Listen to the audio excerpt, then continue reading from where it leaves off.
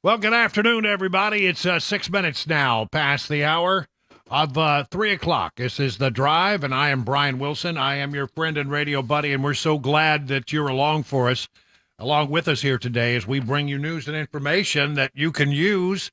Hopefully, get you home safely. We'll feed you some information that will let you know what's going on in the world around you, and then, maybe even somewhere along the line we'll have a laugh or two, because right now, boy, we need that palate cleanser, don't we? It's been a rough few days watching what happened in Israel and what is going on right now as Israel now is poised to go into Gaza Strip with a land assault, ground assault, and it's a very tense time. Let me just bring you up to date, because in the last hour or so, we have finally heard again from President Biden. The last time we heard from him was Saturday. And we have an updated number on how many Americans have died in this attack by Hamas against Israel. This was an act of sheer evil. More than 1,000 civilians slaughtered, not just killed, slaughtered in Israel. Among them, at least 14 American citizens killed.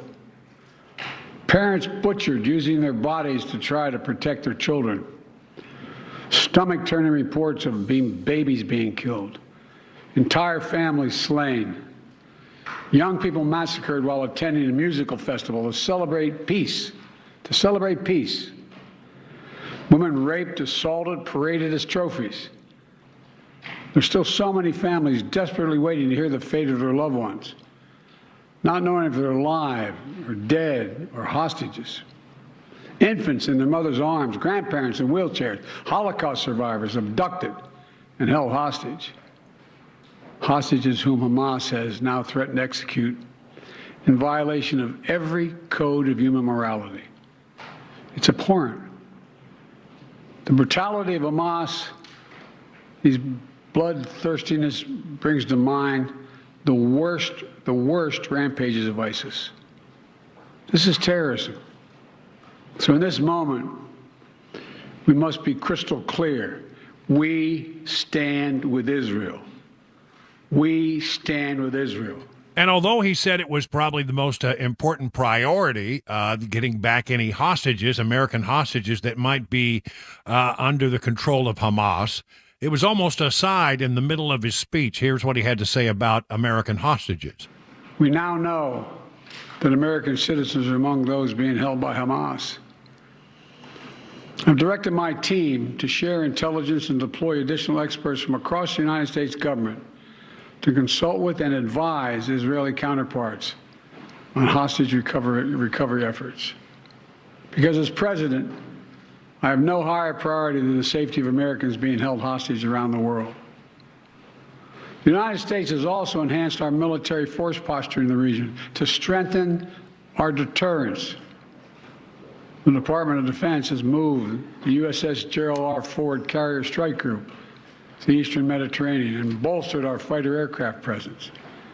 And we stand ready to move in additional assets as needed.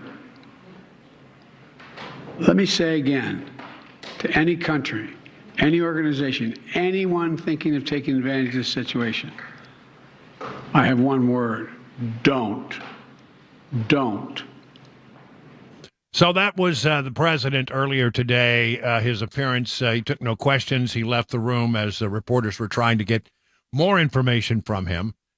And then there was a briefing in the White House briefing room, and among those to speak was the National Security Advisor. His name is Jake Sullivan. This is the guy who 2 weeks ago was saying that, well, the Middle East is quieter than we've seen it in decades. Well, he was wrong about that. He was asked almost immediately. Reporters tried to drill down on the situation about American hostages. Just how many do we have?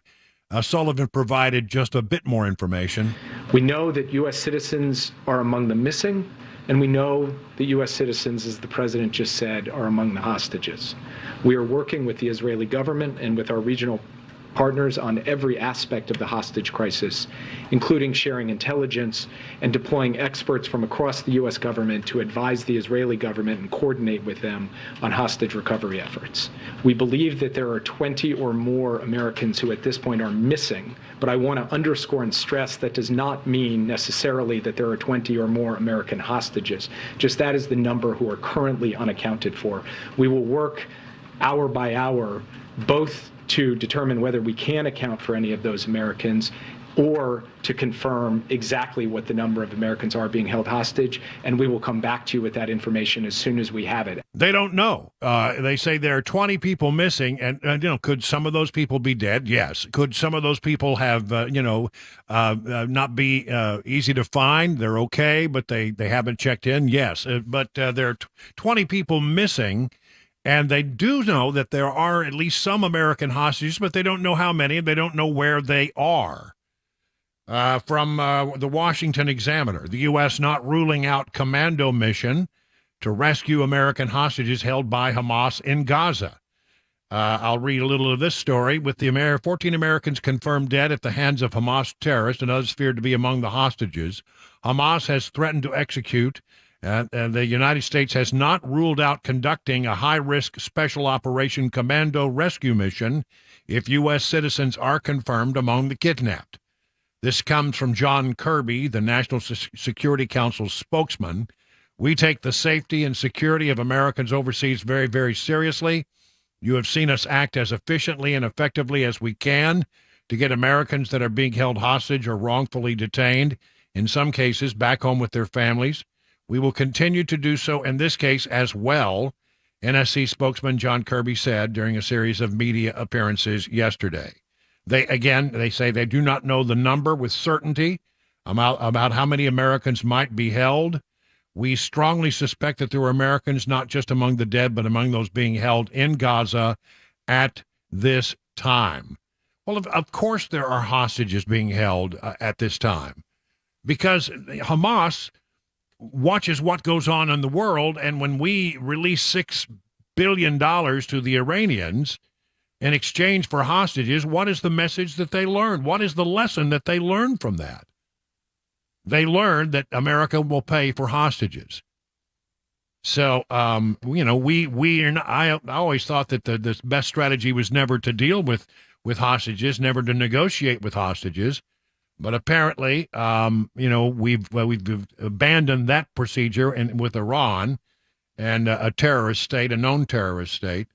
And the lesson that the Hamas has learned is, well, if we just take a few people, it'll work out well for us. It also, I think, they think, because they don't have Hamas has actually no concern whatsoever about using innocent humans as a shield. They do that with their own people, and they will do this with the hostages, knowing that we will be reluctant to go into certain areas if we think that we might, in trying to get the terrorists out, they might be used as shields. Jake Sullivan was also asked, I think, one of the best questions, which is, how was this missed? And he says there'll be plenty of time to do that, but, and look at that, but they didn't see it coming. The Israeli government has placed a high premium on its intelligence capacity as it relates to Hamas, as it relates to the West Bank, as it relates to Hezbollah. And why it is that they did not have warning from this is not a question that I can answer from this podium. What about U.S. intelligence? Was there anything in what crosses your desk that would suggest that this was coming? We did not see anything that suggested an attack of this type was going to unfold any more than the Israelis did. Well, that is a huge intelligence failure. We count on our intelligence community to learn things like it. I will guess, I'm just going to posit a guess here, that what has happened is that we are so focused on providing intelligence to Ukraine that a lot of assets that normally might be looking at other parts of the world are tied up right now or have been redeployed. And so certainly, that raises real questions about, do we have a good intelligence capacity when there's more than one thing going on in the world? I mean, that's my guess, knowing a little bit about how the intelligence world works. But at least there's an admission there. They didn't see it coming. They had no idea. Neither did Israel. I think Israel, though, really depends on us for a lot of this stuff because we have amazing capacities and we have amazing technology that Israel probably does not have. And the way that they know that something is up is often when we tell them. Now, they also share information with us. It talks also about the fact that we have placed more and more importance on the technical gathering, the technical means that are used to gather intelligence, and less on actual human intelligence, where you have people on the ground who can tell you what's going on, that infiltrate and bring back valuable information. We apparently don't have much of that going on. It is also likely that Iran, knowing how this was all going, was working with Hamas using old techniques, hand-pass notes, couriers. That seems to be, and it's very difficult for us to crack that. Now, was Iran complicit in this attack? The United States official position is, well, they've long been complicit in supporting Hamas, but we see nothing in our intelligence, which they've already admit was lacking, but they see nothing in their intelligence that suggests that they were complicit in this particular attack. Look, we've said since the beginning that Iran is complicit in this attack in a broad sense because they have provided the lion's share of the funding for the military wing of Hamas. They have provided training, they have provided capabilities, they have provided support, and they have had engagement and contact with Hamas over years and years. And all of that has played a role in contributing to what we have seen. Now, as to the question of whether Iran knew about this attack in advance or helped plan or direct this attack, we do not, as of the moment I'm standing here at the podium, have confirmation of that. All right, so they don't have it locked up, but they have an aircraft carrier, a strike group, which is a ton of ships. That's an aircraft carrier and, 15 other ships and a submarine and the whole 9 yards are all attacked to a strike group. And they're in the Eastern Mediterranean. I think what they are doing is they are positioning themselves between what's going on in Israel and the Gaza Strip and Iran, to make sure that Iran doesn't, bring any assets over and try to have some impact on this or support Hamas. There's an old saying at wartime among reporters that the first casualty of warfare is often the truth. And so you always want to take a little bit of a breath when you read some of the accounts of the atrocities that have taken. I mean, I am relatively certain that these are accurate, but just, we need to always remember that the propaganda is at play in a wartime situation, and that's definitely what we have here. But these stories that are coming out are just almost too difficult to read. From FoxNews.com, Israel's military has discovered unspeakable horrors in an Israeli community that was attacked by Hamas on Saturday, including dozens of dead babies, some with their heads chopped off, according to Israeli media reports. According to local Israeli outlet I-24 News, Israeli Defense Force soldiers moved into Kfar Aza, one of the communities Hamas terrorists invaded early Saturday morning, and discovered about 40 dead babies, some decapitated, highlighting the brutality of the invading force. IDF were removing the bodies of victims found in the area when they found the children's remains. Israeli soldiers are attempting to use bones to identify the victims. It's not a war. It's not a battlefield. You see the babies, the mother, the father in their bedrooms, in their protection rooms, and how the terrorists killed them. On Saturday morning, Hamas-led forces poured over into Israel-Gaza border while residents were still sleeping, dragging people into the streets, taking some hostage while beheading and killing others. Over 700 Israelis, including men, women, children, and the elderly, were indiscriminately killed in one day, the largest terror attack in a single day in the history of Israel. The Israeli army allowed members of the media into Kibbutz Kfar Aza, which is located less than a quarter of a mile from the Gaza border In the city, residents were murdered, their bodies left lying in the streets, cars were burned.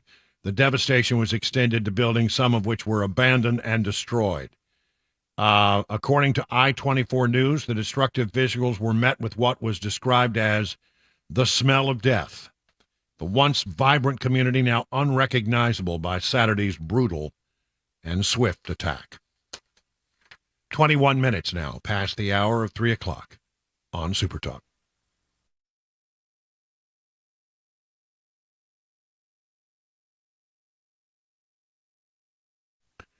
Well, if you're in the market for a pole barn, the two brothers that run Stoltzko, they've got quite the deal for you. They're the guys you need to talk to. Exceptional quality, craftsmanship, and fair prices. They can build your new pole barn to your specifications with your needs in mind, and that is the Stoltzko difference. You can use pole barns for all kinds of things. It can function as a classic tool or work barn, a garage, even a place to live, because flexibility is key. They combine the classic look of the post-frame barn with the reliability of modern materials and techniques to give you a finished barn that will stand the test of time. They don't scrimp on quality. They don't cut corners. They believe their customers deserve only the best. Now, look, why don't you just go to their website? It's stoltzco.com, stoltzco.com, and take a look at some of the examples they have. You're going to see these are beautiful, beautiful structures, and you're going to say, that's not my grandpappy's pole barn, that's for sure. Then give them a call at this number, 615-622-5992. Stoltzko, where quality workmanship and great customer service is affordable. Learn more at stoltzco.com. That's stoltzco.com.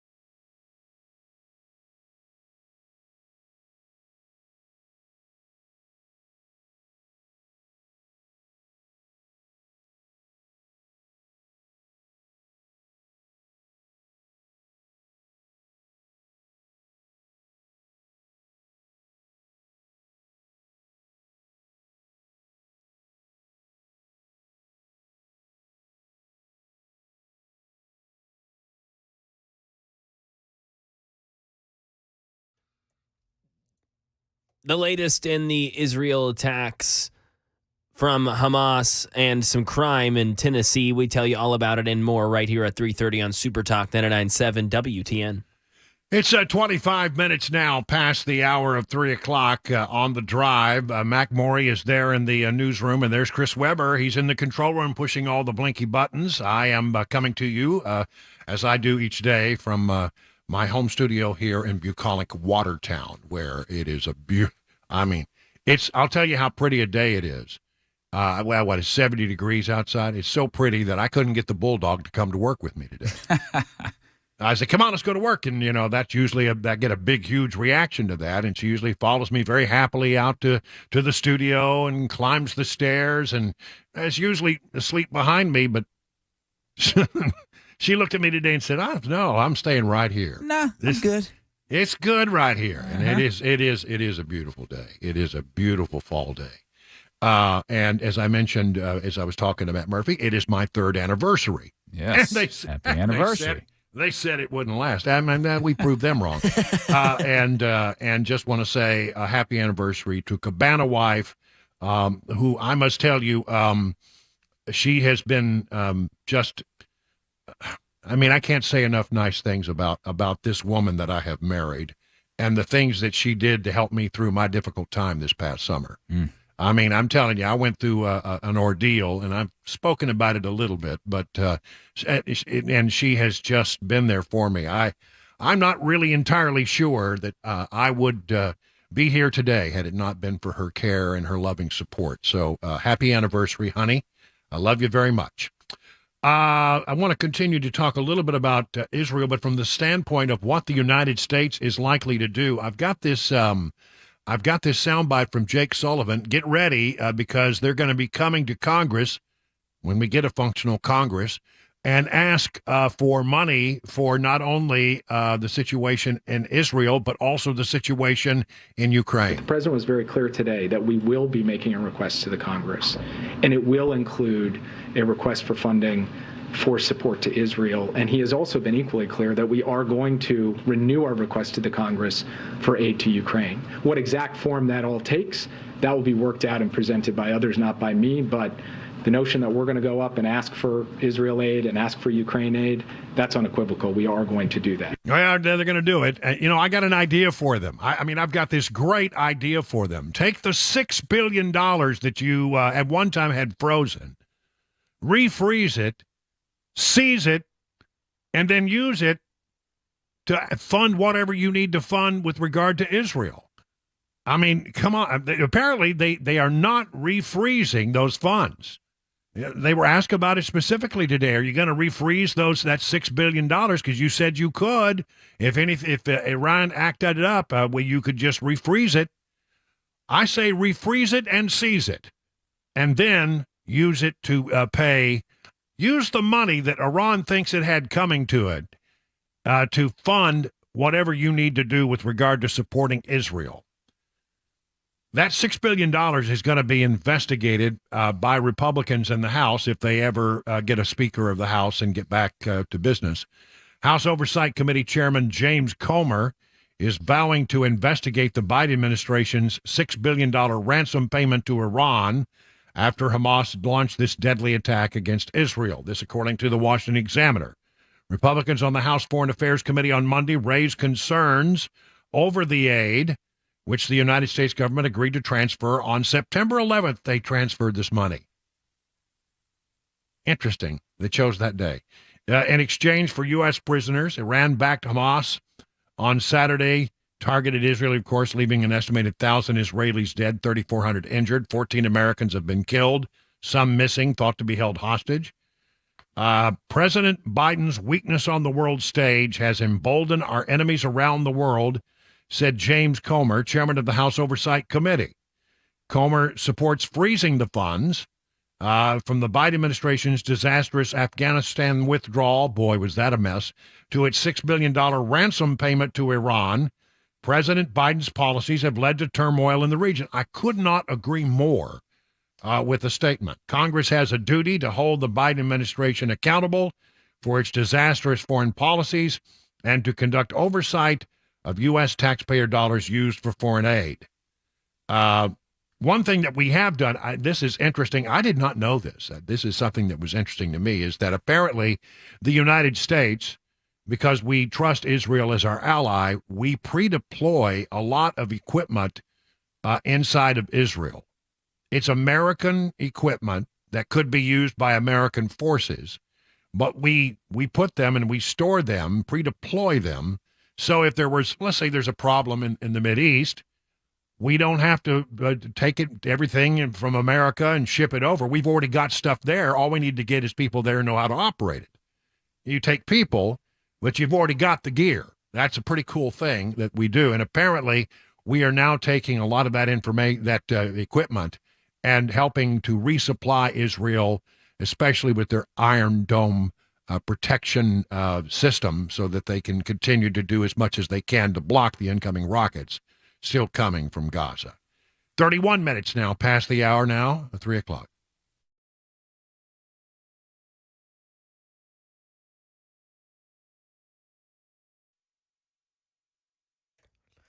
.331, I'm Mac Morey with your top stories right now. 75 degrees in Nashville. A full traffic and weather forecast coming up in 5 minutes. President Biden today confirmed the Hamas attack on Israel has killed at least 14 Americans with others unaccounted for. Andy Field on the president's remarks on the war. The president sharing his anger at the Hamas attacks that killed so many unarmed Israelis and at least 14 Americans, saying the U.S. is already rushing more aid. We're surging additional military assistance, including ammunition and interceptors, to replenish Iron Dome. President Biden saying he's already talking to members in both congressional parties to rush more aid to protect democracy in both Israel and Ukraine. There are 20 Americans who remain unaccounted for, and it's a number that's been moving around over the last few days. You have one number, and then some of the people who are unaccounted for you actually discover are deceased. And in California, 2 sheriff deputies in Los Angeles County are badly hurt after an explosion at a mobile shooting range today. Alex Stone. The explosion was inside of a trailer used as a shooting range. The LA County Sheriff's Department can move around to allow deputies to qualify on firearms. Something ignited and there was an explosion. Deputies heard on Broadcastify. Is that an explosion in the mobile range? Going to need your armored car up here for firefighting purposes? The mobile range was parked outside of a jail, but the explosion and fire did not involve any inmates. 2 deputies were critically injured and more had minor injuries. And that is the latest news, weather, and traffic next. I'm Mac Morey, WTN News.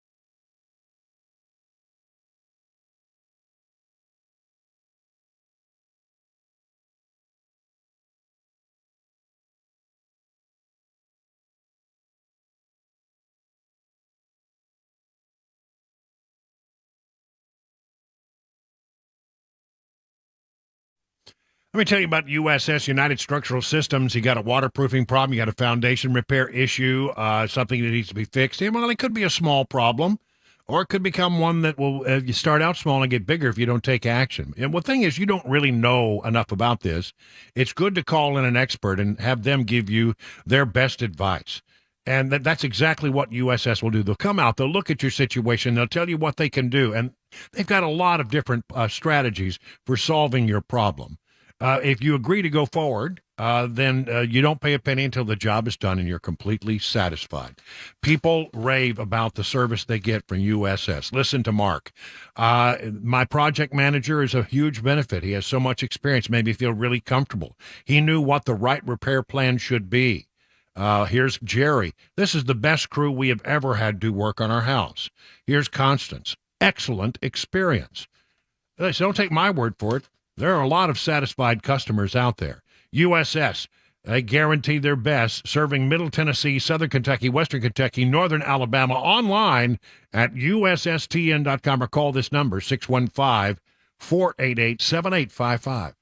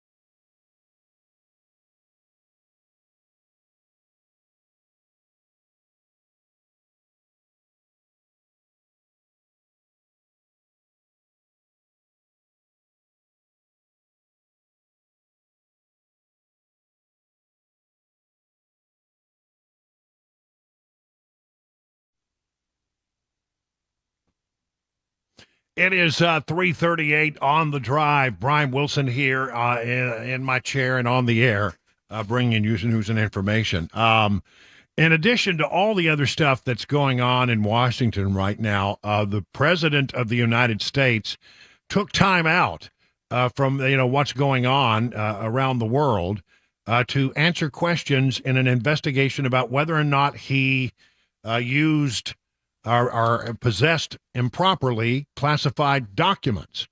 Here we go. Again, this is from News Nation Now. President Joe Biden has been interviewed.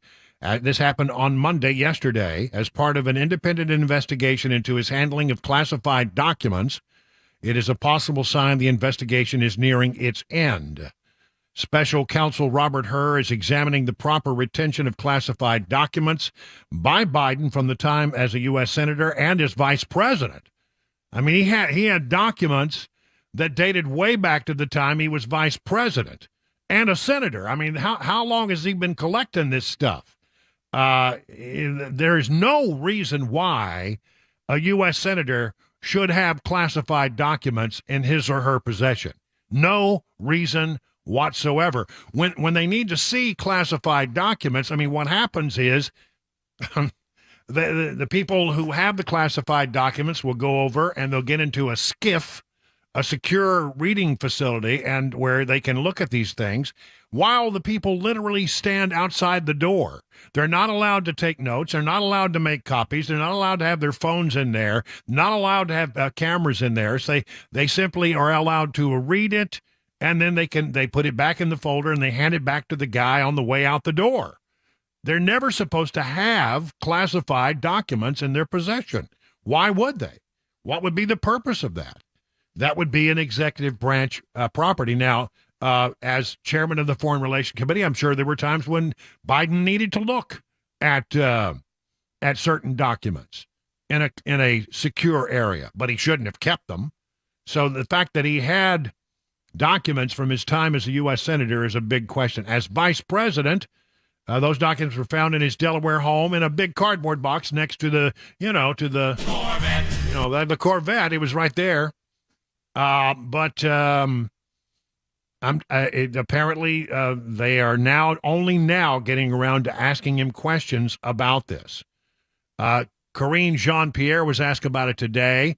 Well, was this a distraction given all that's going on and the president's need to pay attention to his national security team and what's happening in Israel? The president has to handle many things at once, and we saw him do that over the past couple of days, certainly since Saturday. This guy can't walk and chew gum at the same time. Then here they're saying, well, he can do many things at once. The president has to handle many things at once. Well, the evidence of that I've not yet seen. Ian Sams, a spokesman for the White House counsel's office, said in a statement that the interview was voluntary and conducted at the White House on Sunday and Monday. Well, that's why we didn't see him yesterday at all. He was tied up doing this. I just don't understand. I mean, surely, if you called the special counsel and said Robert Hurd, hey Bob, look, we got a problem here. I don't know if you've noticed or not, but Hamas has invaded Israel, and I've got aircraft carriers going to the Eastern Mediterranean. We have American hostages. How in the world do you expect us to believe that this president, who seems to get lost every time he tries to get off a podium, is able to multitask at this level? Seems like you could have said, can we just push this off a week or two?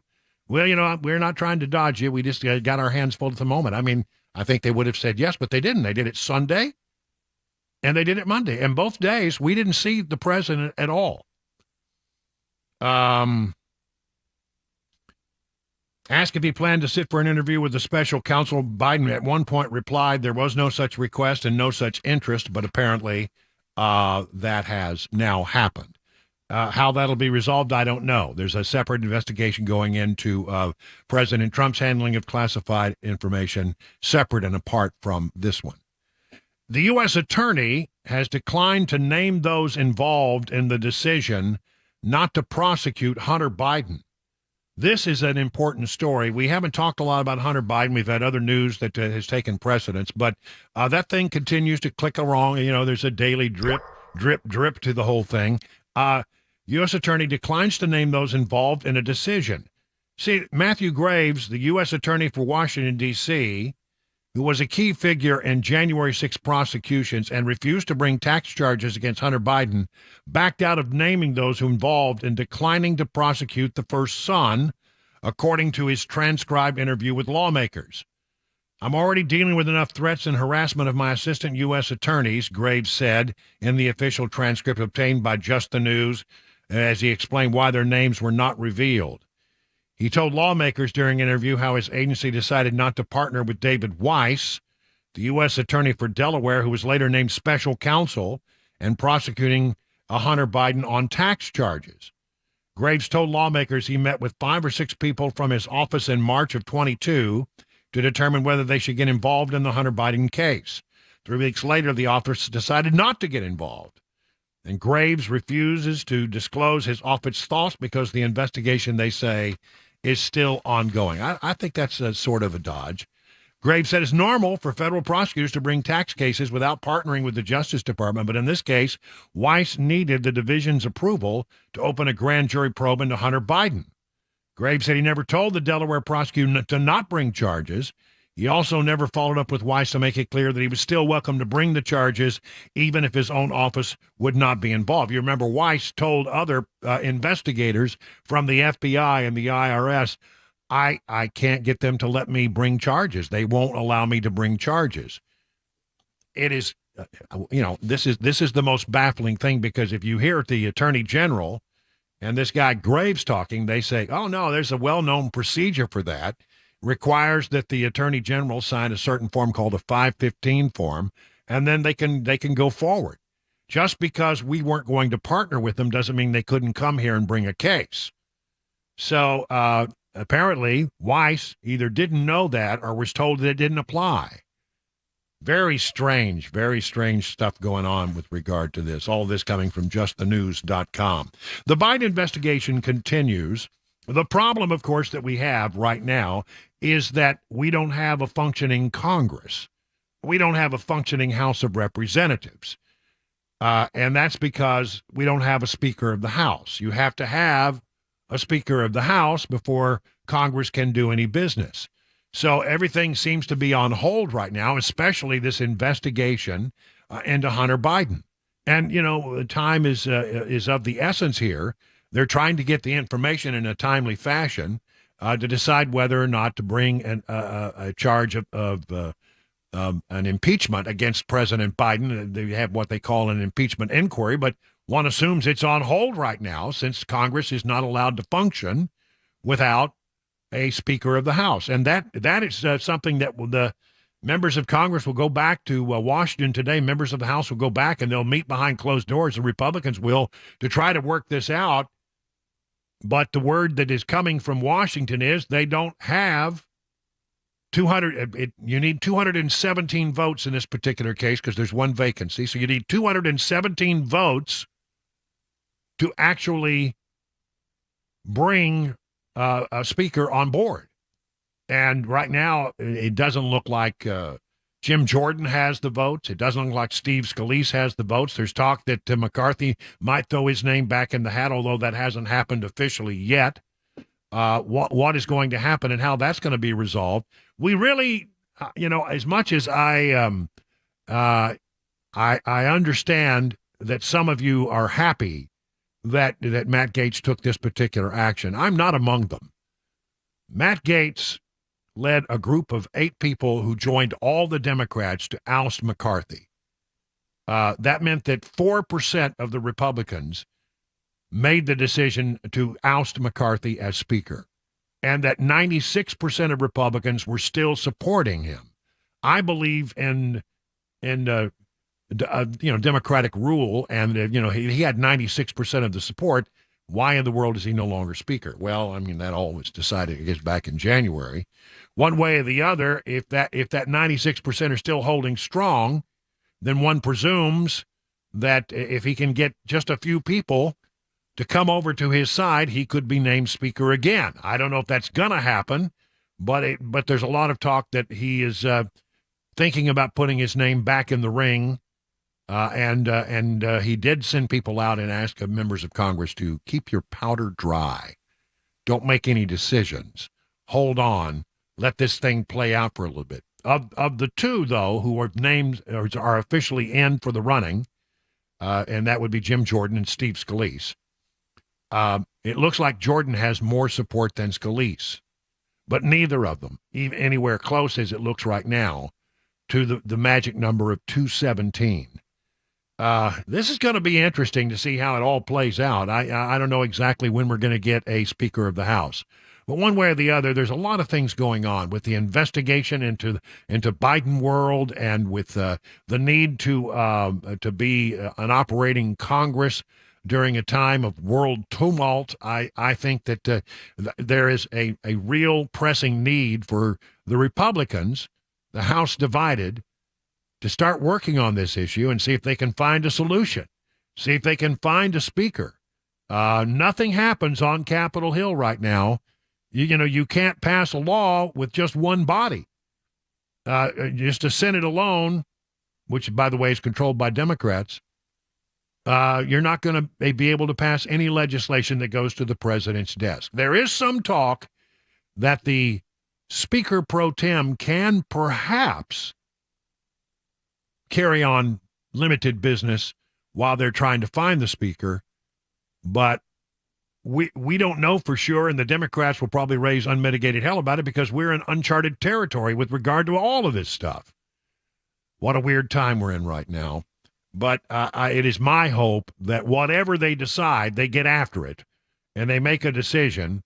If you ask my opinion, it's not something that's going to be decided today, tomorrow, or even this week, the way it looks right now. But let's hope they can get behind closed doors after the temperature of this whole particular story has calmed down a bit and come up with somebody to serve as the Speaker of the House. 50 minutes now past the hour of 3 o'clock on Super Talk. Hi, I'm Paul Winkler. Have you ever thought about why we invest in the stock market? Well, you often hear because we want to protect ourselves from inflation. Well, what is inflation? It's prices going up. Who's raising prices? Companies. What do you own when you own stocks? You own the companies raising prices, so it helps protect us from that. The other thing is this. Think about the most successful people you know. They're typically business owners. And you get to be a business owner when you invest in the stock market. Now, if we think about the stock market, a lot of people worry about, well, what if the stock market drops and it never comes back? Well, this is another thing that I like to explain to people. If the stock market goes down and it never comes back, what does that mean? That means that earnings went down and they never came back up again. So earnings went down. If earnings go down, what else goes down? Taxes go down. If taxes go away, what else goes away? The government goes away. If the government goes away, the FDIC goes away. So think about it. Everything is built on the stock market. That's why I don't ever worry about the stock market going down. Everybody has the same goal in mind when stocks go down. Get it to come back up because we got to get earnings to come back up. Now, you have two things at your control to get earnings to come back up. One is sales. We can change what we're selling or sell more of whatever we have if we can. And if we can't do that, we can reduce our expenses.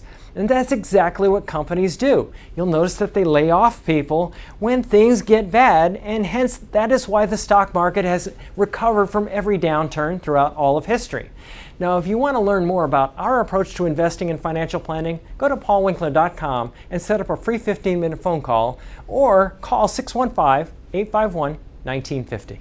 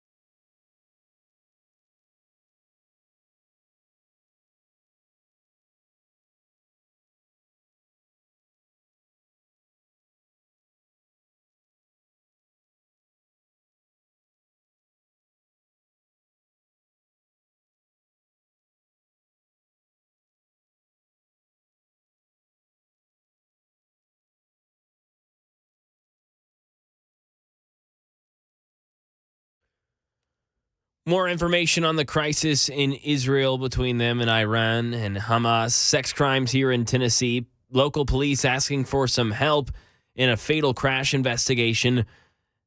That and more coming up. 4 o'clock. Super Talk 99.7 WTN.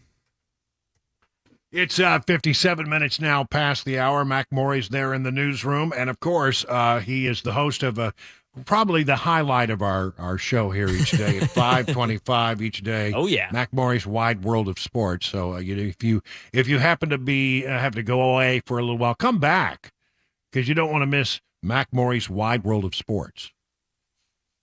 Honestly.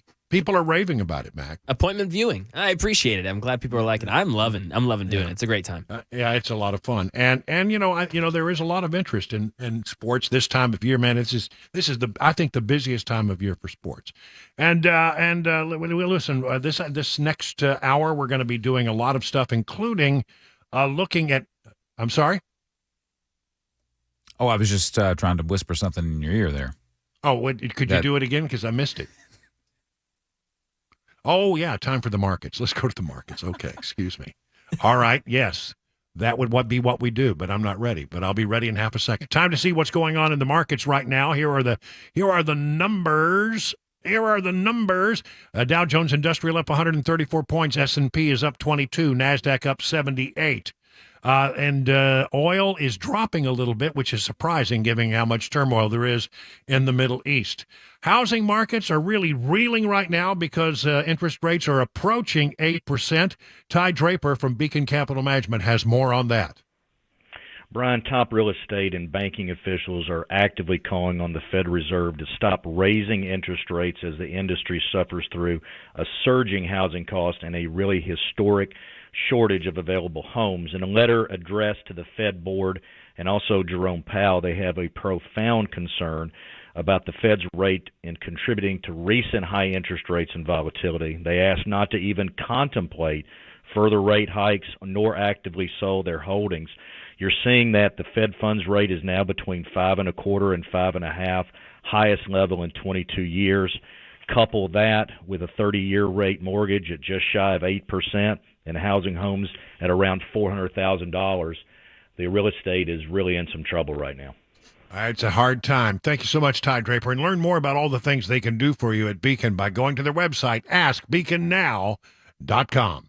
It is 59 minutes past the hour of 3 o'clock on Super Talk. Hey, listen, I want to talk to you about Johnny Fleeman's and Legend Steakhouse. And maybe, you're thinking, let's go out and have a nice steak dinner tonight. Well, you could do really well by going down one of your nearest Legend Steakhouse. The steaks are just fantastic, but maybe you should think about them for lunch as well. Comes with a meat and two. So here are your meats: fried pork chops, Smoky Mountain meatloaf, fried catfish, slow-cooked pot roast with gravy, and then 14 vegetables and casseroles to choose from, including broccoli casserole, turnip green, bourbon glazed apples, fried green tomatoes, potato casseroles. These are foods that like your mom used to cook, right? This is like the home-cooked stuff that you used to get. In fact, these recipes came from Johnny Fleeman's mom. He borrowed the recipe book some 30 years ago and he never gave it back. Legend Steakhouse has multiple locations across Middle Tennessee. Good food at fair price. Go to legendsteakhouse.com for locations, online menu ordering, a local Tennessee company that's been in business for 34 years. And they want to remind you they're going to make sure that veterans get a good free meal on Veterans Day. That's between, you get the chance to go on Veterans Day and you're a veteran. It's all on Johnny Fleeman. It's now 4:01 on Super Talk 99.7.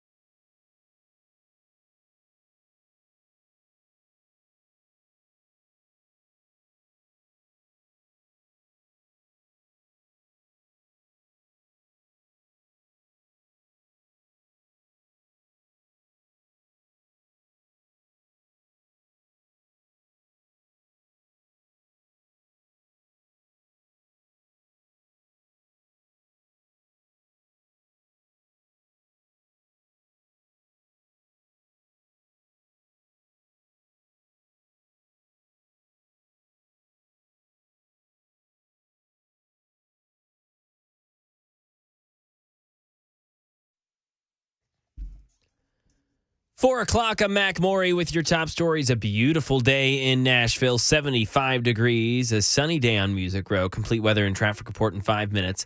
Michelle Franzen brings more on the crisis in Israel. American citizens are among the 900 dead in Israel following the attacks in Israel by the terror group Hamas. President Biden says some Americans are now being held by Hamas militants in Gaza, the U.S. vowing unwavering support for Israel. The president sharing his anger at the Hamas attacks that killed so many unarmed Israelis and at least 14 Americans, saying the U.S. is already rushing more aid. We're surging additional military assistance, including ammunition and interceptors, to replenish Iron Dome. President Biden saying he's already talking to members in both congressional parties to rush more aid to protect democracy in both Israel and Ukraine. Andy Field, ABC News, Washington. Israeli Defense Forces say they have killed Hamas militants who infiltrated a southern Israeli town, and Israel has also carried out dozens of airstrikes in the Hamas-controlled Gaza Strip. Gaza ministry officials say more than 900 Palestinian civilians have also been killed in those airstrikes. And 2 U.S. officials confirmed that the U.S. is discussing whether a second aircraft carrier should be deployed to the eastern Mediterranean because of the Israel-Hamas crisis. Sex crimes in Tennessee. A man was arrested after sharing child sex abuse material on the internet. The investigation into 48-year-old Daniel Odell Gregory began back in September once they saw an account user sending this obscene material. They identified Gregory. They were able to track him down. They took him into custody yesterday on 11 charges, and he remains in jail on a $950,000 bond. Gregory was a student counselor at Siegel Middle School and lives in Coffee County. He resigned today.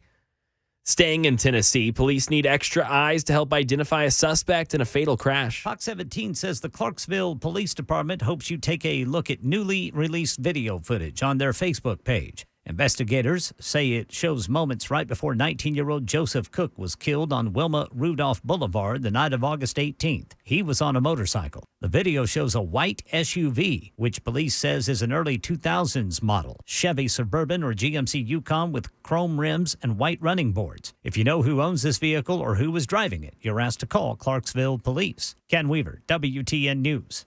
And that is the latest news. Traffic and weather next. I'm Mac Maury, WTN News.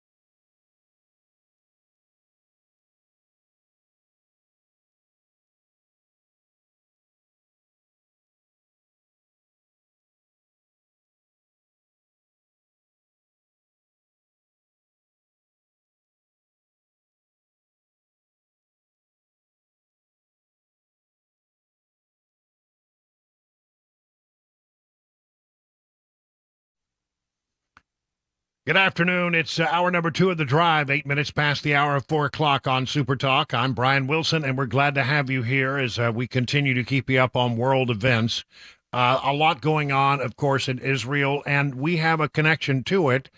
Today, the President of the United States, the White House, and official government sources confirmed that we now believe 18 Americans have died in the Hamas assault against Israel and all of the things that are going on there in that area, and that we have hostages, that Hamas has hostages that are Americans. We don't know how many. We don't know how many there are. We don't know where they are. However, we have been told that as many as 20 Americans are missing, 20 or more Americans are missing, and nothing they have in their intelligence briefings tells them where they are exactly how many they may be. Now, they're not saying that all 20 are hostages. Some may be okay. Some may have been killed, but they haven't been able to figure out exactly where they are or their status as yet. So we'll stay on top of all that. If there are new and breaking developments there, we'll go to them immediately. I want to talk about the border that we have in our country because I think these stories are related. And finally, we're starting to see some reporting that raises the same concerns that I've had for the long time about the southern border, and that is we don't know who is coming into our country, and a lot of them don't have our best interests at heart. Now, here are some numbers that have been put together that express just how dire the situation may really be. Thousands of special interest aliens from other countries, including the Middle East, have been arrested by Border Patrol agents attempting to cross the U.S. southern border illegally over the past 2 years, Internal Customs and Border Protection data leaked to Fox News shows. Special interest aliens are people from countries identified by the U.S. government as having conditions that promote or protect terrorism or potentially pose some sort of national security threat to the United States. These numbers are going to blow your mind. Now, understand, these are the ones that were at least encountered by police and detained. We don't know how many of them were allowed to go into the country. We don't know how many of them were removed from the country, but here are the actual contacts, and it tells you a little something about the kinds of people that are. These are not, poor Mexicans or poor people from Central America trying to find a better way in many cases.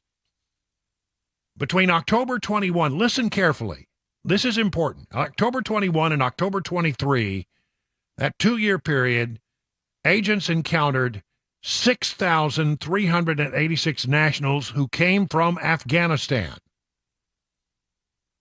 3,153 who came from Egypt. Here's one that should concern you. 659 came from Iran.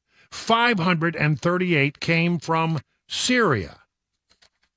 Agents also encountered, here's a big number, 12,624 from Uzbekistan, 30,000 and change from Turkey, 1,600 from Pakistan, 164 from Lebanon, 185 from Jordan, 123 from Iraq, and 15,600 from Mauritania. The data do not include information on how many of those migrants were removed or who were released into the U.S. with a court date. These numbers do not include encounters by the CBP's field office operations at ports of entry. You have people who got stopped there. That's a whole different set of numbers. It also does not include the numbers who have snuck past agents without detection. Sources say there have been over 1.5 million. The number that I use every day is 1.7 million so-called gotaways, people who came across the border, and we don't know who they were. But if you look at the numbers and the kinds of people that are being stopped by the Customs and Border Patrol folks, what you can probably surmise is the same kinds of numbers are in there with the gotaways, people who got through and had no contact whatsoever with any kind of law enforcement, just came across the border and headed north. This is terrifying. This is the thing that I'm really concerned. You know, we look at what happened with Hamas against Israel, and nobody saw it coming. The Israelis, who have great intelligence, did not see it coming.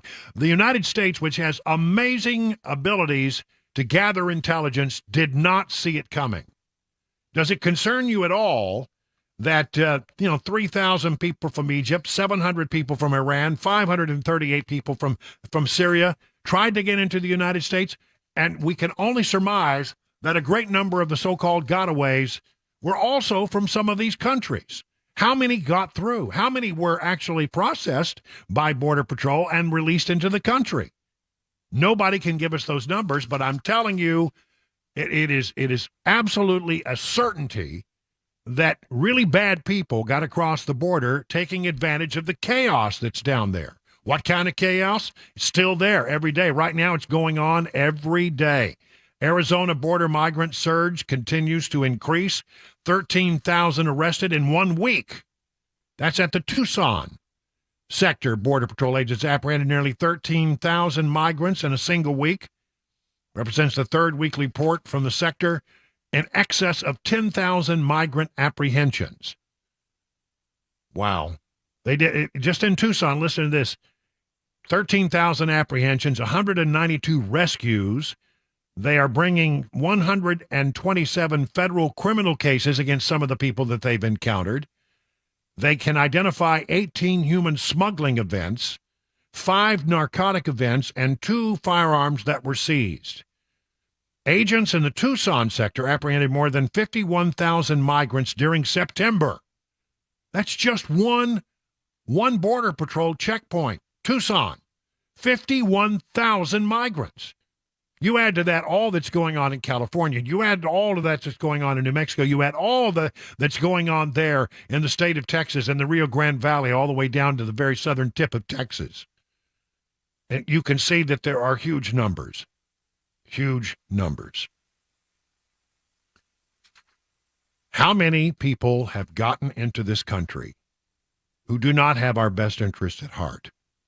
If you are a foreign intelligence organization and you wanted to infiltrate the United States with hidden cells that would go to sleep and be called to active duty to plot any kind of mayhem you can imagine, remember, I keep telling you this, 9/11 was 12 people with box cutters. 12 people with box cutters.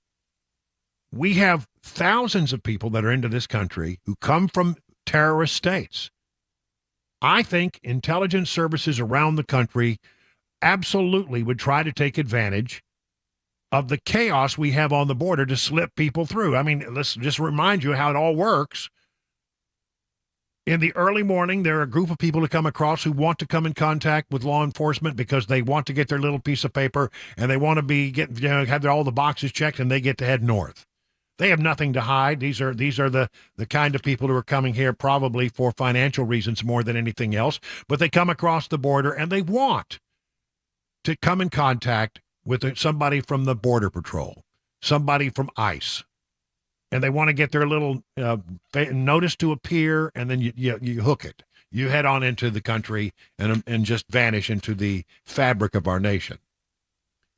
But while the Border Patrol is tied up all morning long and late into the day, doing nothing more than handling paperwork, there is a second group that come through when the Border Patrol is tied up, when they're busy. And these are the people that don't want to come in contact. These are the bad people. These are the criminals. They have something to hide one way or the other. If you are a foreign intelligence agency and you can get your people into America through the southern border by paying the coyotes, $1,000, aren't you going to take advantage of that? Aren't you going to do it? Of course you are. So where are these people? Who are these people? We don't have any stinking idea who these people are. We have no idea where they are, and they work through old-fashioned means where it's hard to pick up on them. They don't use cell phones. They carry notes via courier. That's how they learn, or they use these amazing video games where people talk to each other, and they use those as circuits because they're not largely monitored. Whatever it is, there are many ways that they can get information and can be called to action if needed. And I live my great fear out of all of this stuff that's going on, and especially now that we've seen how surprised Israel was and how surprised American intelligence services were about what happened here, is we'll never see it coming. Whatever happens, we'll never see it coming. And with all of the tumult in the world right now, and with the United States sending aircraft carriers into the region, the United States, saying that we're going to go in there and get our people if we can figure out where they are, United States involvement might trigger the release of one of these sleeper cells. I hope I'm wrong. 1,000% I hope I'm wrong, but I think I'm right. And this has been a problem since day one. There could be thousands of people in this country who are just sitting back, waiting for official orders. The Border Patrol has released thousands of migrants on San Diego's streets, taxing the charities there. Over 5 years, the largest U.S. city on the Mexican border developed a well-oiled system to shelter asylum seekers, but they say they can't do it now. Since September 13th, about 13,000 have been dropped at transit stations in San Diego. This is California's problem. Migrant aid groups blame a mix of circumstances for the shelter crunch: reduced government funding, CBP's practice of sending migrants from Texas and Arizona to be processed in San Diego, a surge in illegal crossings.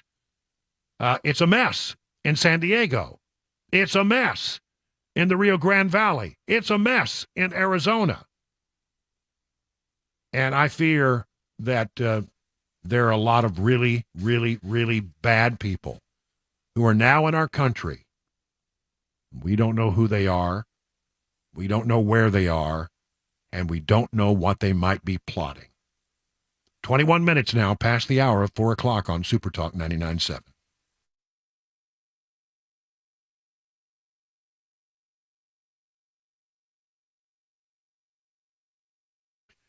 Let me tell you about the Wellness Institute of Nashville. Dr. Kevin Mitchell is my doctor. He can be your doctor as well. If you have pain, the kind of tingling or numbness or weakness and back pain, maybe disc bulging, you've heard that term, disc herniation, spinal stenosis. Well, Dr. Kevin Mitchell at the Wellness Institute of Nashville has certain therapies that can really help you in that regard. So why don't you start by making a call? Go see Dr. Mitchell. Let him take a look at you. 615-246-5009. Now, if you're a new patient, you should take advantage of the Wellness Institute's $23 new patient special. Take advantage. You'll get an exam, a consultation, x-rays if needed. You can bring in your own MRI or x-rays if you have them. First treatment will only be $23, and then you'll be able to get half off of spinal decompression and half off their KT machine. KT knee machine. It's sort of like spinal decompression for your knee. Dr. Kevin Mitchell is a nation's leader in spinal decompression. And I can tell you in my own personal experience, I have gone there. I've had treatments on my neck. I've had treatments on my lower back, and it has helped me immensely. 615-246-5009. Learn more at painisbad.com.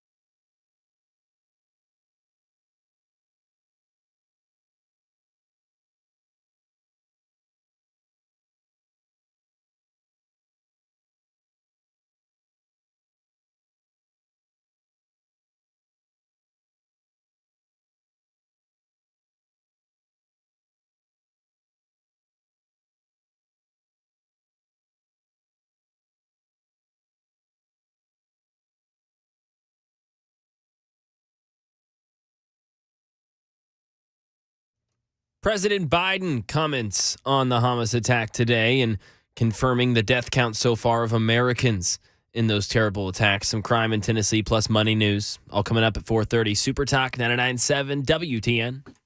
Mac Maury there in the newsroom. We got Chris Webber back after he was gone last week. We sure did miss him, but he's back now in the control room pushing all the blinky buttons. I'm Brian Wilson. I am your friend and radio buddy, and you're listening to The Drive on this Tuesday, the 10th day of October. And Mac Maury, I was told by Matt Murphy that I had to tell the story because today is my anniversary. Cabana wife and I are married for 3 years. Mm-hmm. And he asked that I tell the story about how, we got married because it was a challenge. Well, first of all, I nearly screwed this whole thing up because I in the early going when we were dating, I couldn't decide, what was going on. And I was told 2 weeks from, I was 2 weeks from getting the boot. Whoa. Yeah, 2 weeks.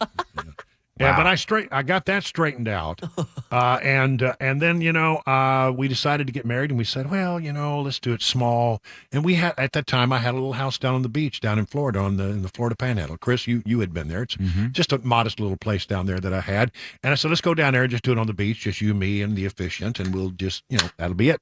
Boom, we'll be married. And so that was the plan. Until family members decided they were going to start crashing the thing without my knowledge. I was never brought up to speed on that. That information was being kept from me. Mm-hmm. But one way or the other, we're getting closer. We wanted to get married at 10/10/2020, the 10th month, the 10th day, 2020 at 10:10 a.m. 10:10 at 10:10 a.m. That was the goal. I love it. So all we had to do really was, get down to the beach and then just walk across the beach, back time the whole thing. We in radio and TV, we back time things. And so we back time the thing so that we said I do at 10:10 on the nose. Pretty simple plan until the hurricane started heading that way. Yeah, he didn't. And we Hurricane realized, didn't know about your plans. They didn't know about my plan. Or I didn't care. consult. I didn't care. And so, as it turned out, the hurricane did not directly hit the area, but it would have been really nasty weather. And so we decided we needed to go have him up with a plan B. And so, in short order, we moved the thing all the way to the Texas Panhandle, to a place we had been. My sister lives there, of course, and to a place that we had been when we took a trip by ATV down into the bottom of the canyon. There's a ledge that's the Indians used it for their important ceremonies, and it overlooks the canyon. It's a beautiful, beautiful view. And so we decided we would go there. And so we fly to Texas. My sister she's now planning the wedding, and family is definitely involved at this point. Oh, yeah. And so she's got it under control. All we can do is show up and go to the courthouse and get our marriage license. And we had been told, usually it's a 5-day waiting period, but you can get a judge to sign off on it, and then you can go ahead and get married. All right. So we go down to the courthouse. My sister had us hooked up with a judge who she knew, and we walked in and went to the county clerk's office, and the first question was, which of you lives in Texas? And we said, neither one of us lives in Texas.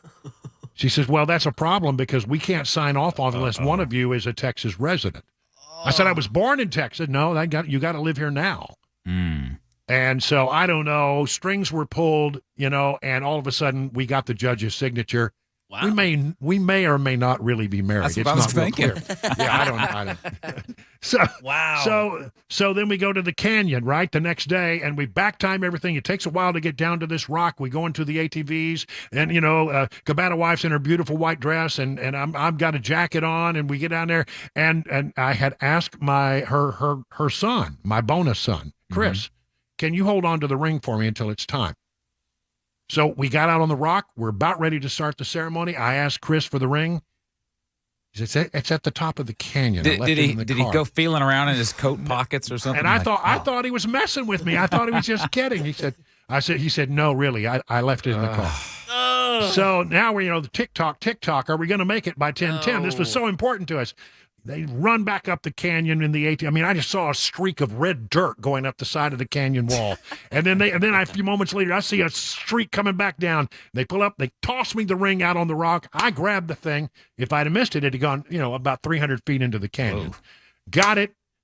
we hurried up the process, and the picture of us kissing after we became married, man and wife, if we really are man and wife, was at 10:58. Ooh, 2 seconds to spare. Wow. Yeah, we barely squeezed it in. Buzzer beater. Yeah, it was a crazy day, but and it's been a crazy life, and I just want to say I'm very fortunate to have met Dawn and to have Dawn in my life. She's an amazing woman, and we call her Cabana Wife, but her name is Dawn, and honestly, this year, is what it's all about, because I had a rough go of it this summer, I really did, and I don't think that I would be here today had it not been for the love and the support and the care that I got from this amazing woman. So happy anniversary, Dawn. I'm glad, and we really should get a lawyer to find out if we truly are indeed. Might want to check into that, yeah. That's right. All right, 31 minutes now past the hour of 4 o'clock on Super Talk.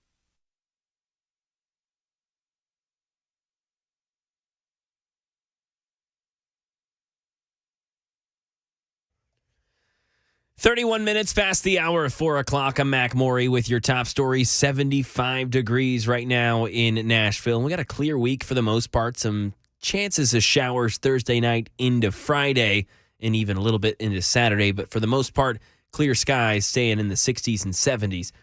Again, right now, 75 degrees. Full weather forecast. Latest traffic report on the way in 5 minutes.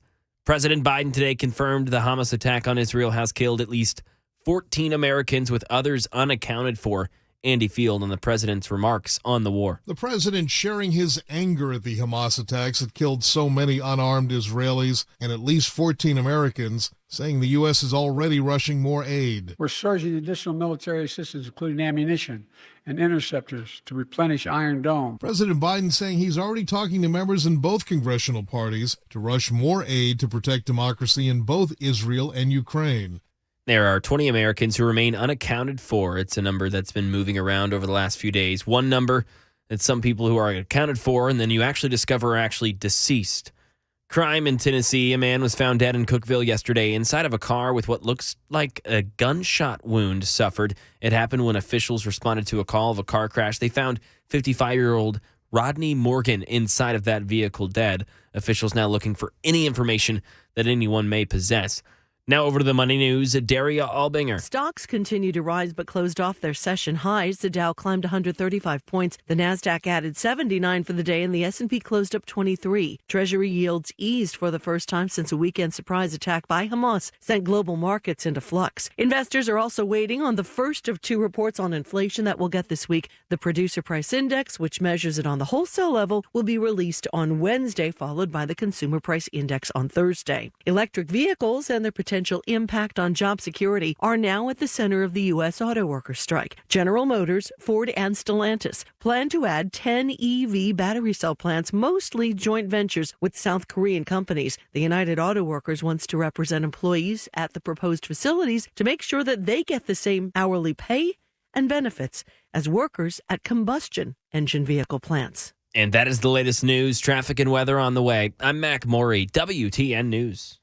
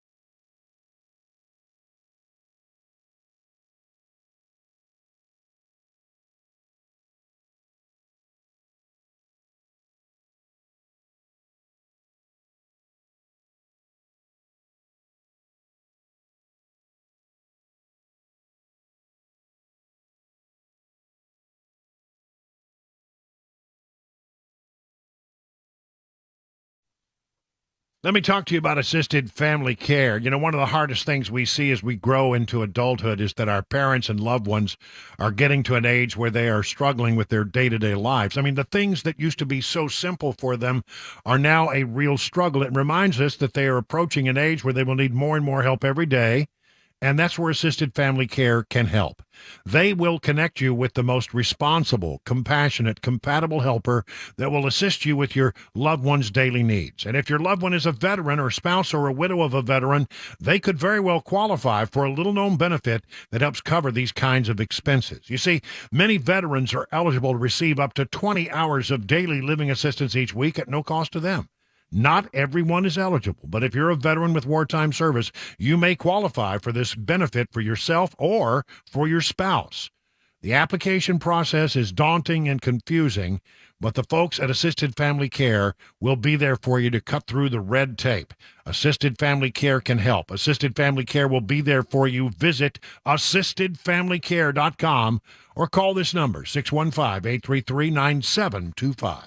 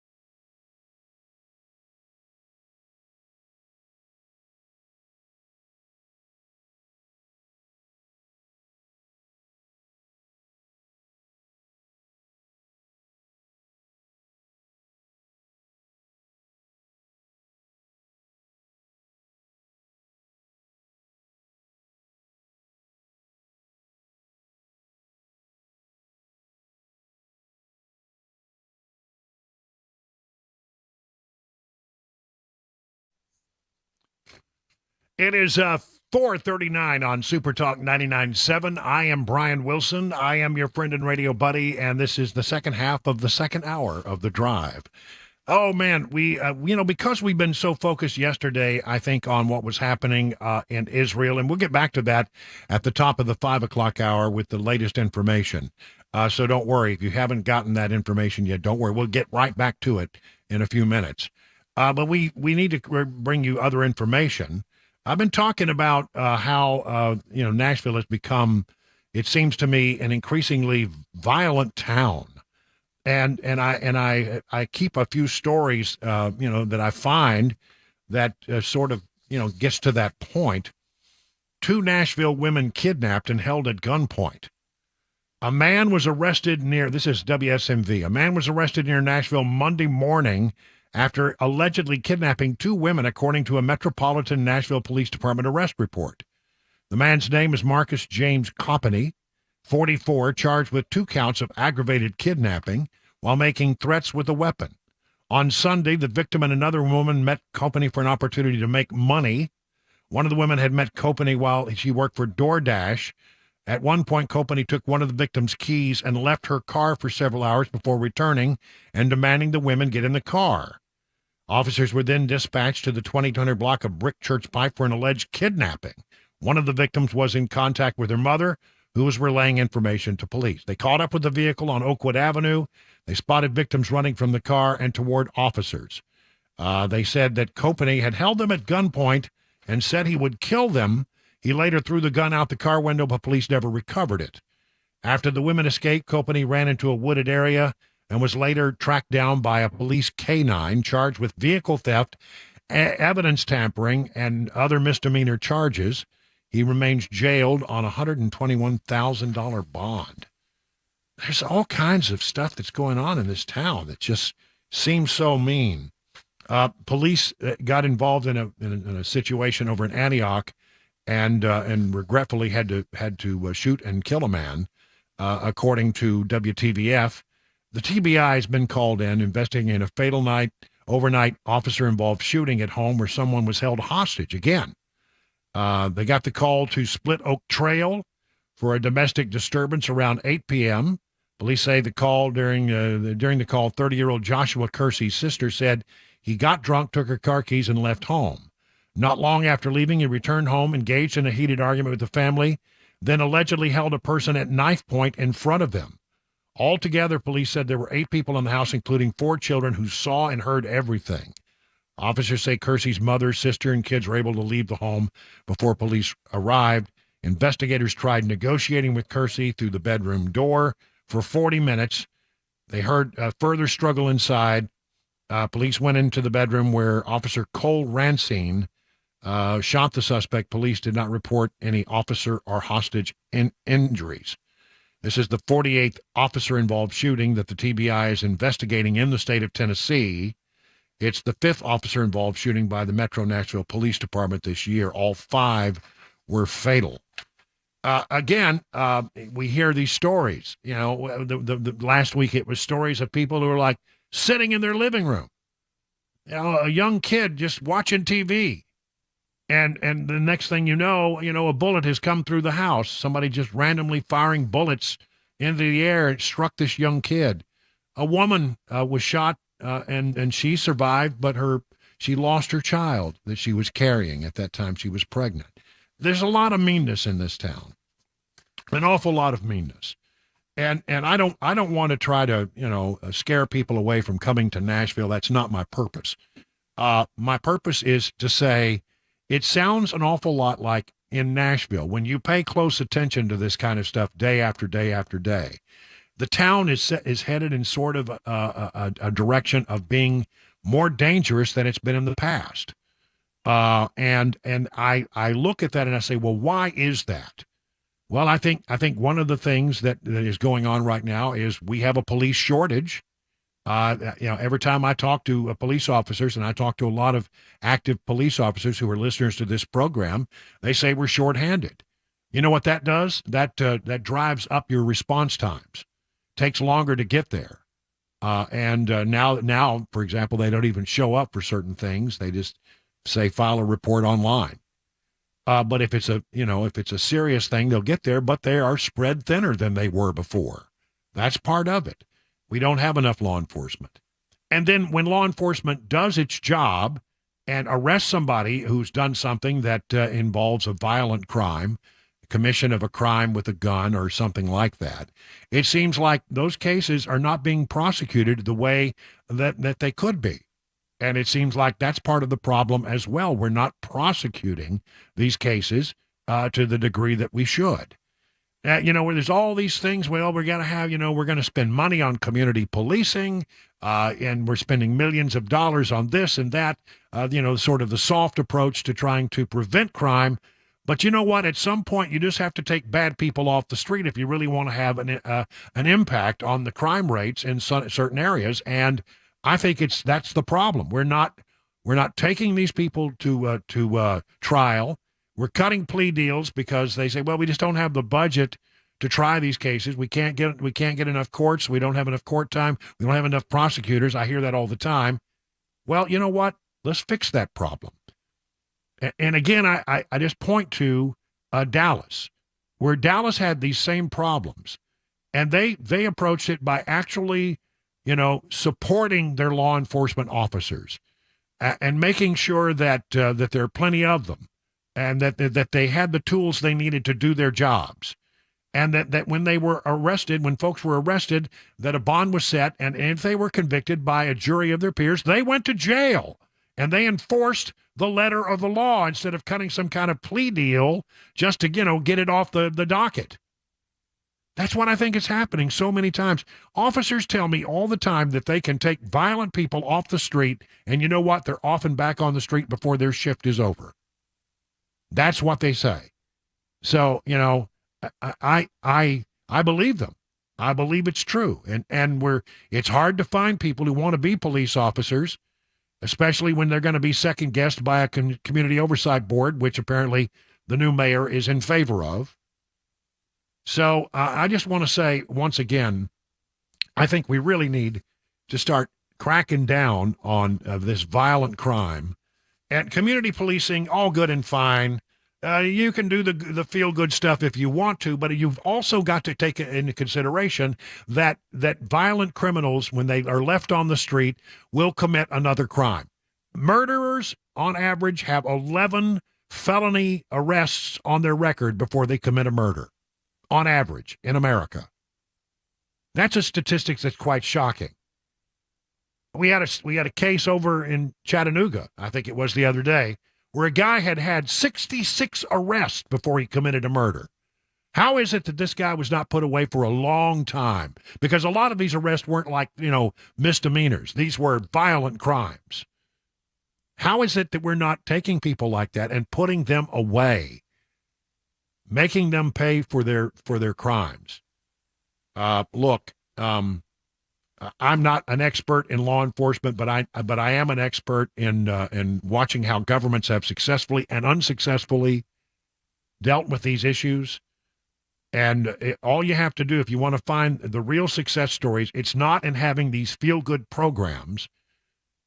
It's about actually doing old-fashioned law enforcement where you enforce the law and you put people in jail when they're convicted by a jury of their peers. Other Tennessee news, and I'm excited about this. I'm wondering if they will let me enroll. There is a new bill coming this regular session that deals with math and students' testing scores.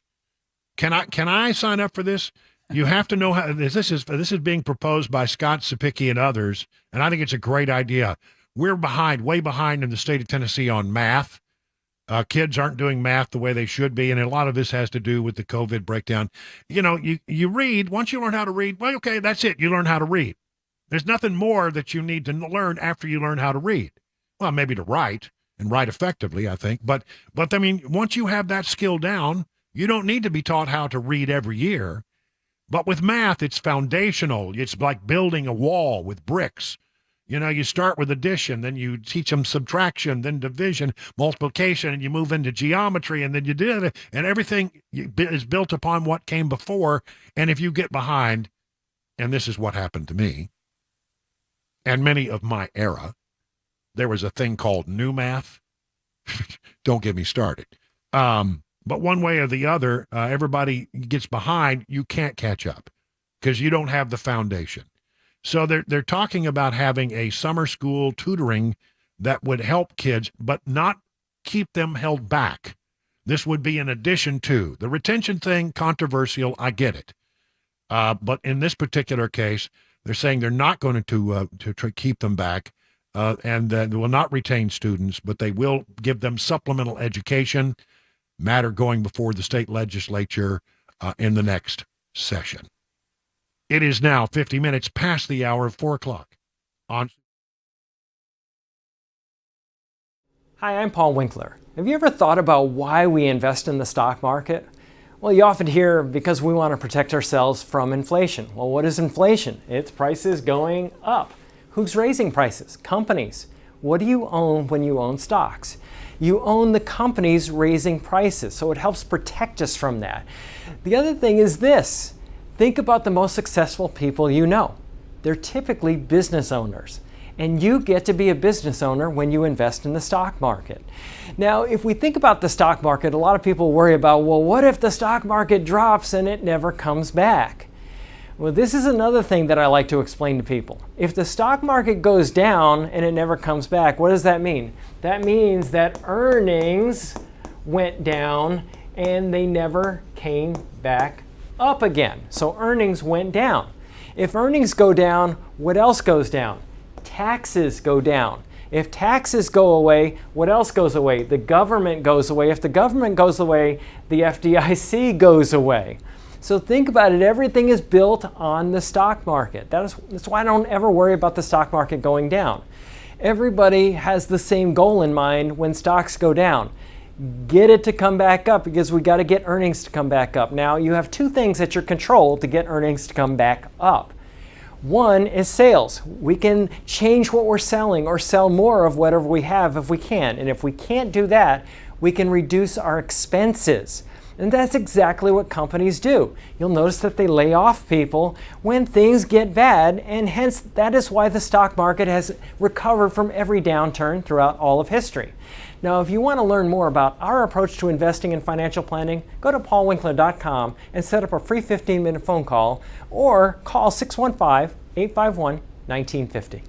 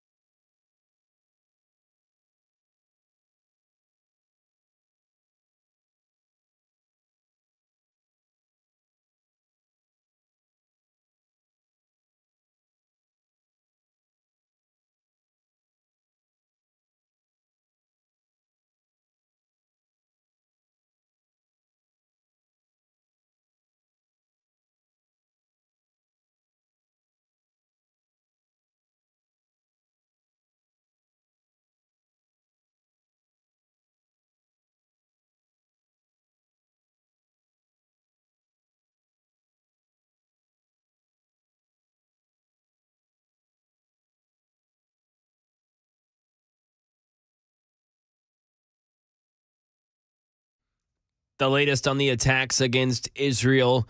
Crime right now in Tennessee, an alleged kidnapping right here in Nashville, plus some possible legislation involving education to your children K through 8, 5 o'clock right here, Super Talk 99.7 WTN. Yeah, I'm gonna try to get into that remedial math class. Because it's maybe it's not too late. Can you teach an old dog? Teach an old dog new tricks. Sure.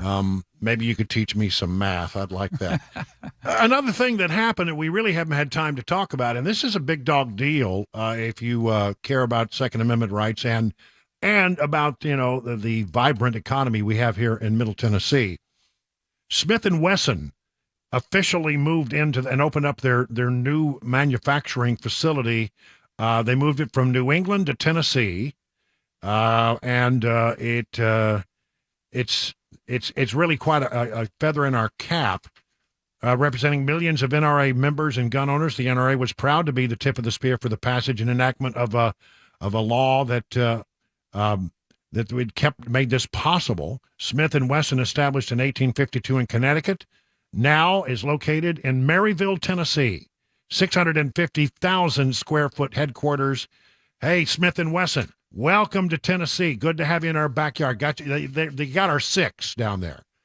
It's now 57 minutes past the hour, 4 o'clock on Super Talk 99.7. Let me tell you about Everseal, which is an amazing product. I mean, it's what it is basically is it's a sealant for exterior wood and concrete. But it's a little more than that. It's been around for ages, was used for many, many years in industrial applications, and the folks at Everseal figured out how to make this a permanent solution for sealing your exterior wood and concrete at a price that homeowners and business owners can actually afford. The first thing they do, they come in and they do a deep cleaning of your wood and concrete, try to make it look as good as it possibly can, and then they use their patented sealant, which absorbs all the way through the wood and concrete, doesn't just lay on top of it, doesn't just stick to the surface. It becomes a part of your wood, a part of your concrete, to prevent any further deterioration for the next 30 to 50 years. Wow, just think about that. Think about how much time you would save not having to do this every year. Think about the money you will save not having to do it every year for 30, 40, 50 years. Listen, if that sounds like something you'd be interested in, I can't imagine why you wouldn't be. Why don't you reach out to my friend Steve Nelson and the team over at Everseal? Here's the number, 1-844-EVER-USA. That's 844-EVER-USA. Learn more at ever-seal.com.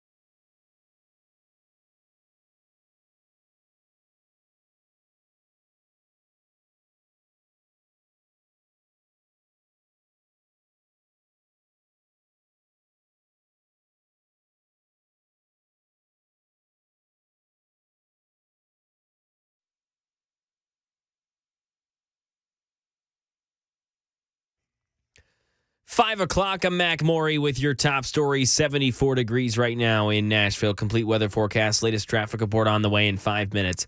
Daria Albinger brings the latest on the attacks against Israel. President Biden didn't mince words as he condemned the Hamas terror attacks in Israel, which left hundreds of civilians, including at least 14 Americans, dead. President Biden again issuing this warning about the violence in Israel. To any country, any organization, anyone thinking of taking advantage of this situation, I have one word: don't.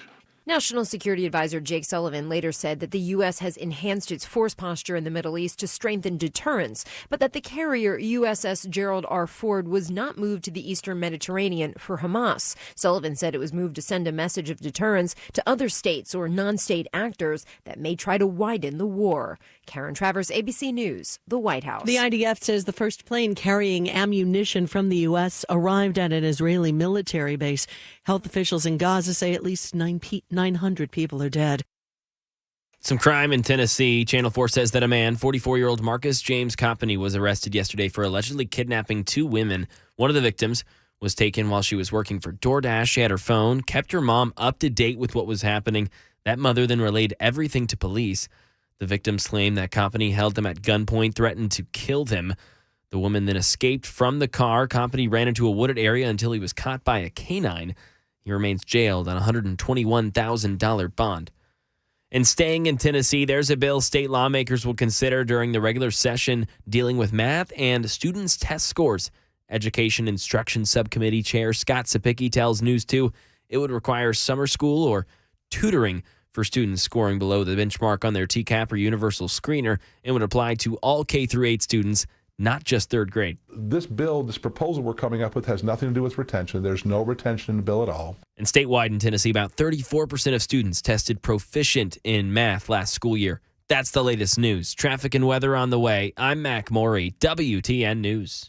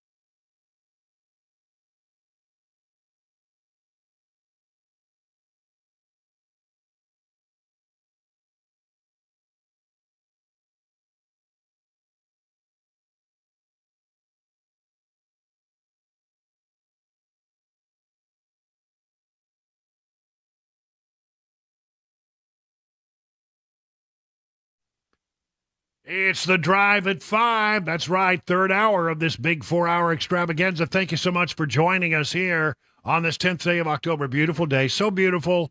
71 degrees right now in bucolic Watertown. Tried to get the Bulldog to come to work with me today. She wasn't hearing nothing about it. She liked it out there on the back porch. It's just too nice to go, inside. It's a beautiful day to soak in some sun. That's what bulldogs do. Mm-hmm. They make this noise right here, and then they soak the sun. I mean, that's their two functions in life. Mm-hmm.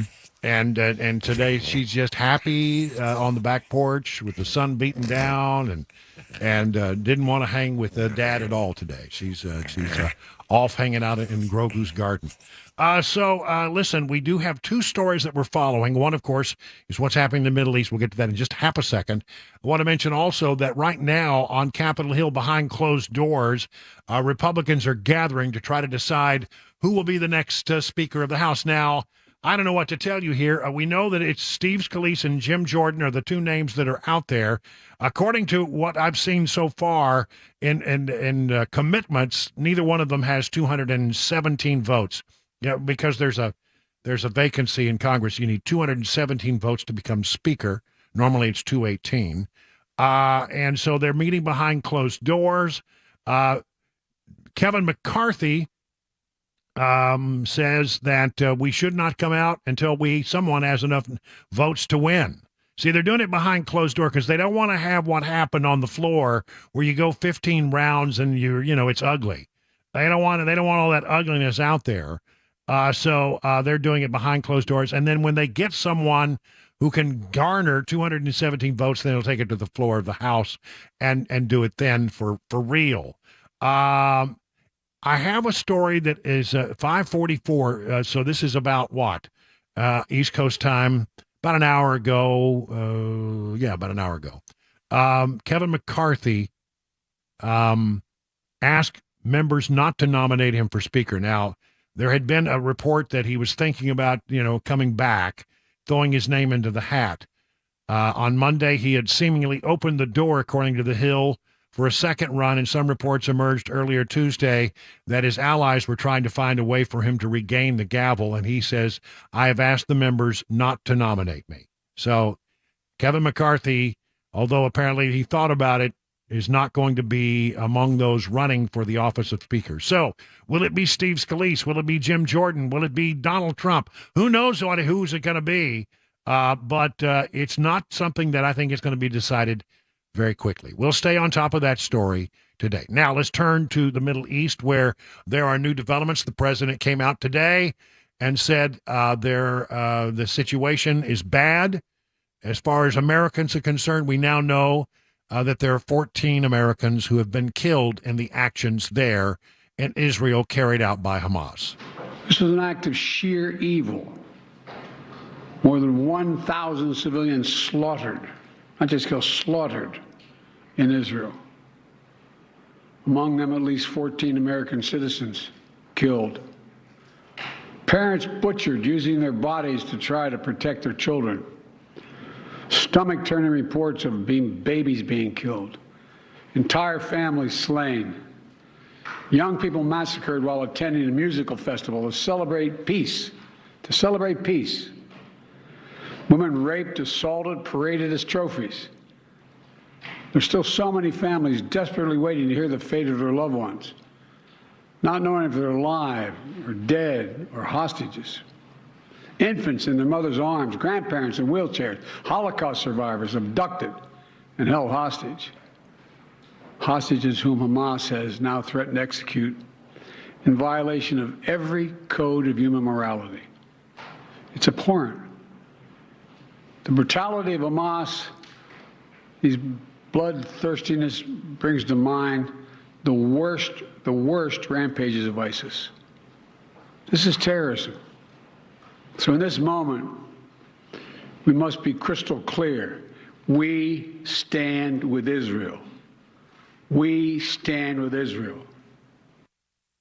And then there were some news about hostages. Are there Americans being held hostage? We know that they believe that somewhere between 100 and 150 people are being held hostage by Hamas after they raided into Israel and took people and in very violent ways, and now have them back in Gaza and are using them as human shields and hostages.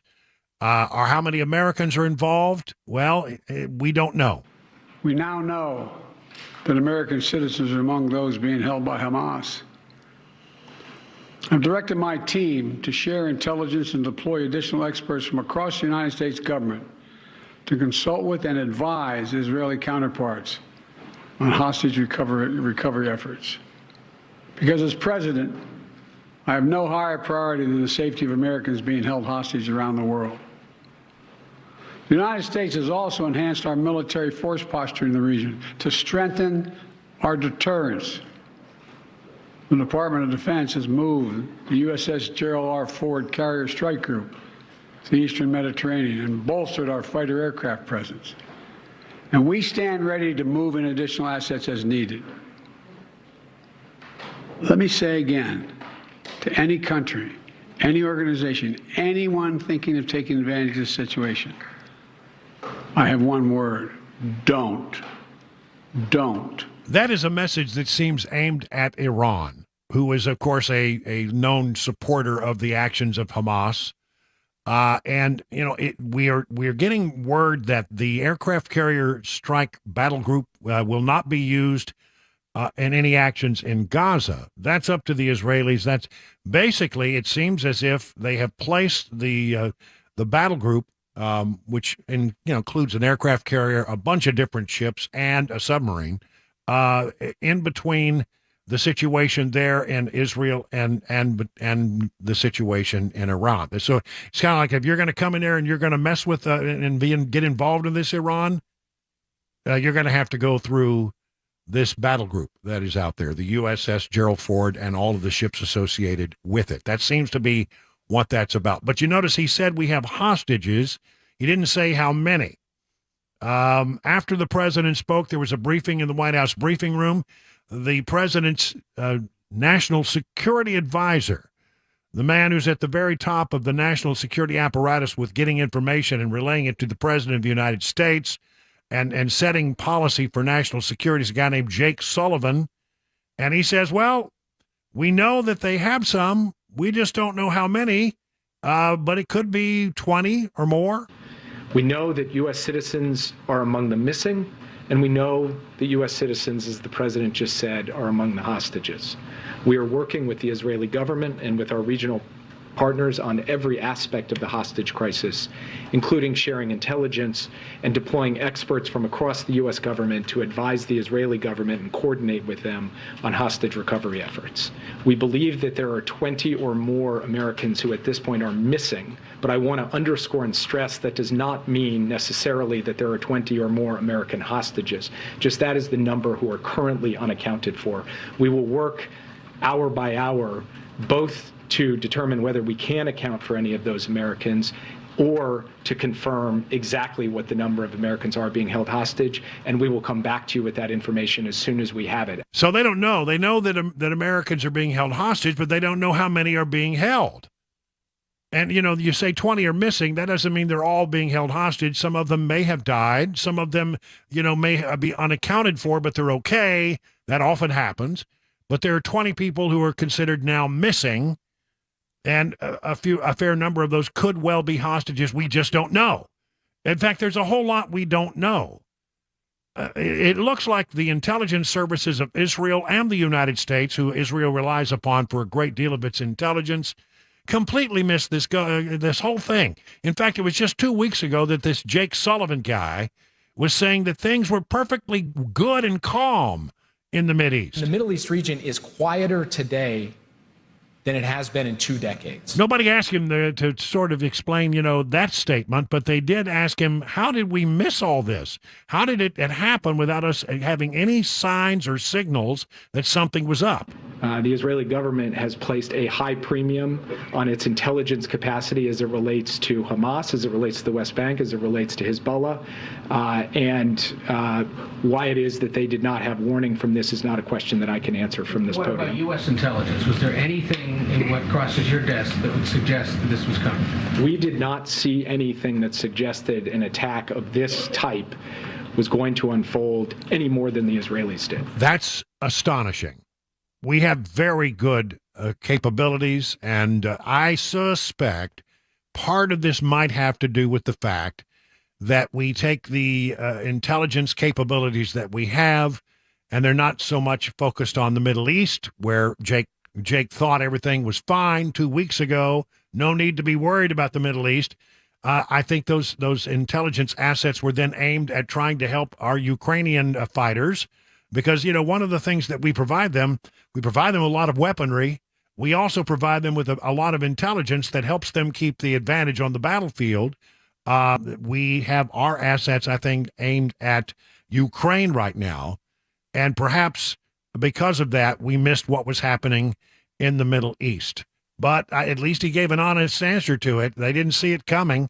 Nobody saw it coming. This is what concerns me.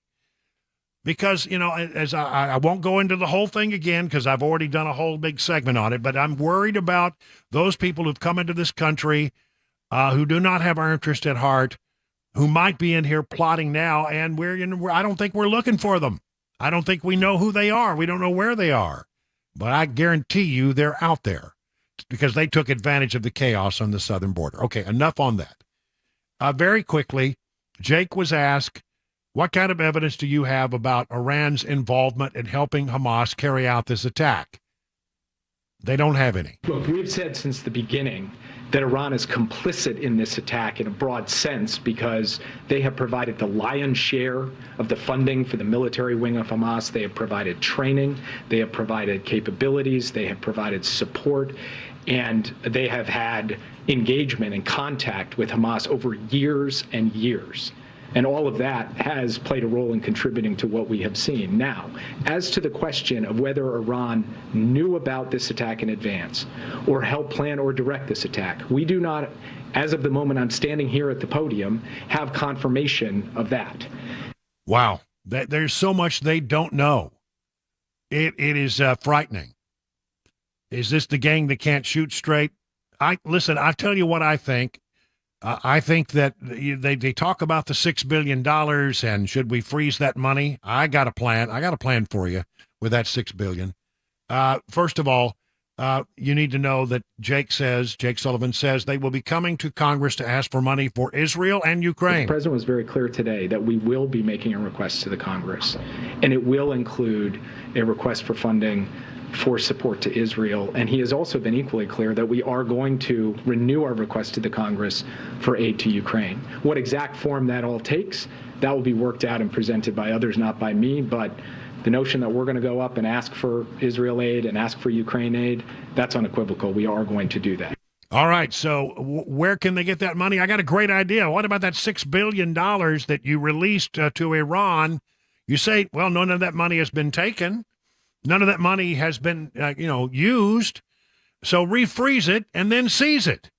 Use that $6 billion instead of going to the taxpayer to support. I think that would be a brilliant idea. They say that they haven't frozen it. I'm shocked that they have not frozen that $6 billion, because the first thing they said when they released it was, don't worry, we can refreeze it if we need to. I think that a lot of this happened because of that $6 billion. I'll get into that. And if you have tender ears in the car, you might want to check out for just a few minutes, because I'm going to talk about some things that are happening. They're just sort of hard to hear, but I think you need to hear them. Maybe your children do not. We'll do that in just a moment. Right now, 20 minutes past the hour of 5 o'clock on Super Talk.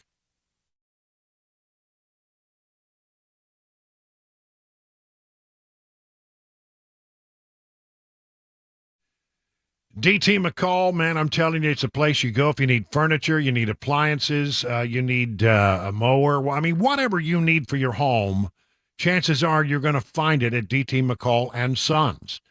Why should you shop at DT McCall's? Well, a huge selection of appliances, furniture, mowers, whatever you need. You get free delivery. I mean, how many times have you purchased an appliance and then, they ask you, well, that's the price, but do you need cords? Well, yes, of course you need the cords and the cables and the hoses and the doodads that make it work. Okay. Well, that's extra. Did you pay extra for delivery? Yeah, you probably did. Did you pay extra for haul away? Yeah, you probably did. Well, it's not such a good deal. That price they quoted you is not the real price out the door. At DT McCall's, they'll give you an honest price that includes free delivery, free setup, and free haul away. They give you all the cords and hoses. They don't play games with you. They just give you an honest price, and it'll be a good price. DT McCall's is a family-run company, been around more than 100 years. You don't make it 100 years without having a reputation for treating people right. Find out about their 5 convenient locations. Just go to their website, dtmccalls.com.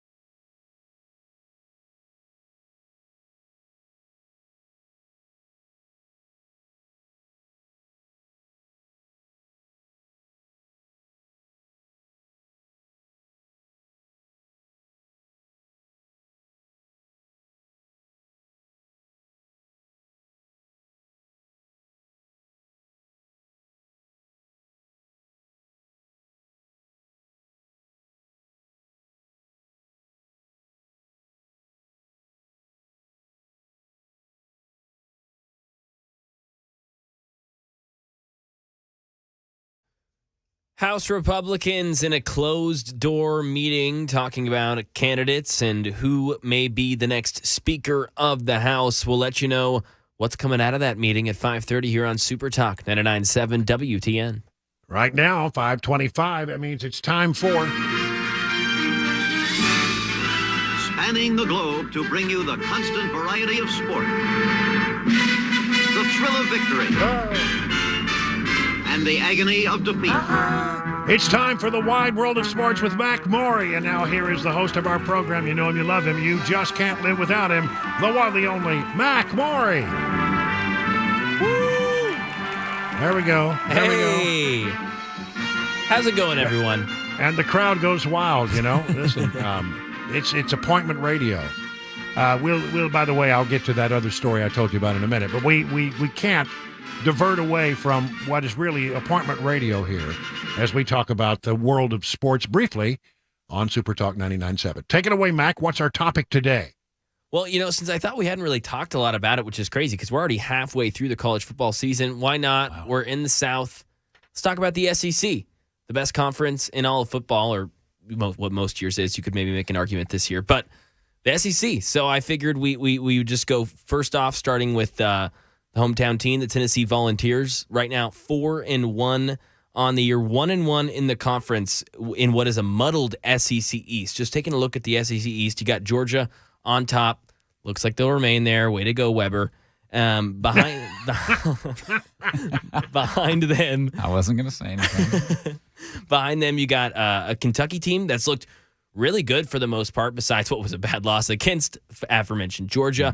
A Florida Gators team 2-1, and then Missouri and Tennessee both 1-1 in that conference, and then Vandy and South Carolina taking up that bottom, and they'll probably stay there. But that 2 through 4 spot in the SEC East, Kentucky to Tennessee, those 4 teams could get real topsy-turvy. You could see a lot of flippage there, which has a huge deal as far as rankings and bowl games. And you look at Tennessee's schedule, this may be the hardest 3-game stretch that Josh Heupel's had in his 2 or 3 year career as the Volunteers head coach. They're going to host Texas A&M Aggies this Saturday, this is an Aggies team. Gig 'em Aggies. Gig 'em, baby. You're not going to see a number by their team. You're not going to see them in the top 25. So instantly you go, oh, okay, at Texas A&M, it's not anything. They got 5 and 4 stars for days. They've got guys that didn't go to Alabama or Georgia. They went to Texas A&M. This is a team that had top 10 talent and expectations going into the season. They haven't necessarily lived up to it offensively. Defensively, though, they're still a juggernaut. I mean, they almost had Alabama. They'll face Georgia later on in the season, I believe. That I'm sure that they'll have the Georgia's offense will go through some struggles there against A&M. So this is the time for the Tennessee offense. This will be one of the better defenses they've played all season. You've got to own up at home against what is it going to be a stout front four on the defensive line. They've got some beef over there at College Station, and the Volunteers need to be ready for it against A&M. Next week, they'll go to Tuscaloosa. Alabama, we don't need to go into this. We know. It's Nick Saban. It's the crowd. It's They've got it all. So that's going to be tough right off the bat. And again, adding on to the juice of that game, what happened last year for the first time in years? The Volunteers got a dub. Yep. They got one, yeah. They got it against Alabama. So now it's Nick Saban. I mean, he's got the bulletin board material. He's gonna come out and punish you for that. Exactly. He's got his guys saying, "Hey, remember what they did to us last year? Remember them storming the field? Remember them taking down the field goal PATs? Yeah, we're gonna get back to them for that." So the Josh Heupel's got to be ready for that at Alabama. And then that's not it. And then you go to at Kentucky. We talked about against Georgia. They're second in the SEC East, and they've got a lot of talent that I think you'll see on Sundays as well. They've got 3 or 4 dudes every year that get drafted and go play in the pros. So really, these next 3 weeks for the Tennessee Volunteers, that's the season. That's really going to be it. Because after that, you've got Connecticut, Missouri. You'll go play Georgia eventually, but I'm kind of counting that up as like, hopefully you get a dub, but you're not thinking about that. I'm not thinking about that yet because it's not going to matter. It's not going to matter if you don't get at least 2 out of these 3. Need 2. Wow, that's quite a lineup. I mean, I wouldn't, the A&M Aggies, and then you have to go to Alabama. That's tough right there. I mean, that would be a really difficult thing to do with a really strong team. But this is the balls we're talking about. Oh, come on! No, I'm teasing. I'm only teasing. I don't have a team. I don't have a college team. So. By the way, real quick, since we're talking about the SEC, and I am a Georgia Bulldog fan, I was in the stands at Sanford Stadium. Dude, what a past game. Saturday. That's awesome. Oh, you were? I was there, and I just said to myself after that game, well, I guess I have to attend the rest of the games because they played their best game with me in the stands. While you there, that's right. So it's all on me. I mean, I don't want to take credit and brag, but obviously it must have something to do with me. Yeah. Well, Weber, actually, I need you to go by my car after work. I'll show you something real quick. Maybe get you away from the football stadiums for the next few weeks. Help my Volunteers out, please. So yeah, it'll be fun. That'll be fun these next few weeks. Pay attention. Go Vols. All right. Thank you very much. That concludes today's wild world of sports, and now it's time for him to put on his news hat because it's news time on Super Talk 99.7 WTN.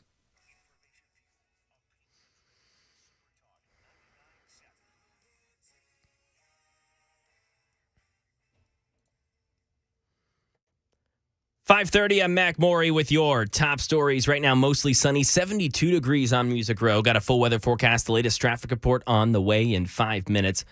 House Republicans went into a closed-door candidates forum late today as they weigh their choices to secede Kevin McCarthy as Speaker. While McCarthy won't say whom he'd support, he says he does not want to be offered up for consideration. Stephen Portnoy. As House Republicans huddled to hear from Steve Scalise and Jim Jordan, the former Speaker was outside the room, speaking with reporters. I know a lot of them want to nominate me. I told them, please do not nominate me. Kevin McCarthy, who lost 14 rounds before he became the Speaker in January, says no nominee should be brought forward until it's clear he'd win the gavel. They should make that decision in there before we go back to the floor, especially in the situation we are in the world right now. And McCarthy also addressed Biden's comments that he made on the Israel conflict today. And he said, quote, "The president right now should be very clear to the rest of the world that the American hostages have to come home now, that he will not accept anything that goes against these hostages, and we will have vengeance if they do one thing to them," end quote. Now to a crime story in Tennessee, sex crimes, specifically in the Volunteer State. A man was arrested after sharing child sex abuse material on the internet. The investigation into 48-year-old Daniel Odell Gregory began back in September once they saw an account user sending the obscene material. And once they identified Gregory, they tracked him down and took him into custody yesterday on 11 charges. He remains in jail on a $950,000 bond. That's the latest news. Traffic and weather next. I'm Mac Maury, WTN News.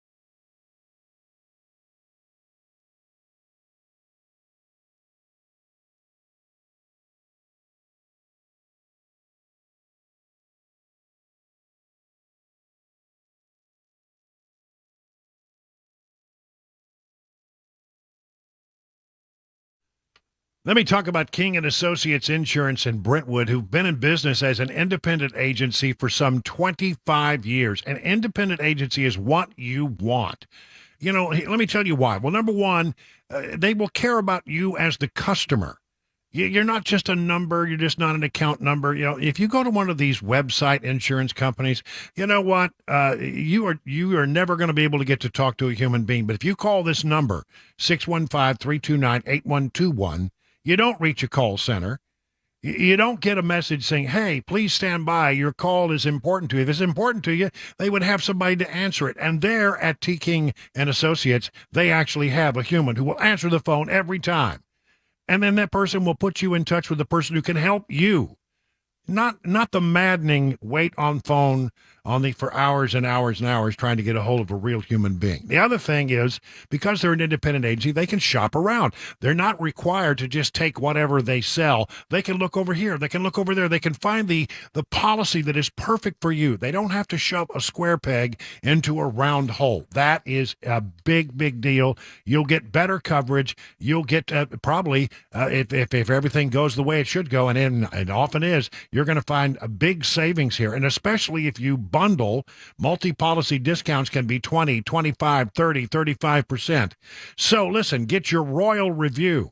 That's right. Just call them up, get your royal review, or log into tkinginsurance.com. That's tkinginsurance.com. King Insurance and Associates. You'll get royal treatment and great rates.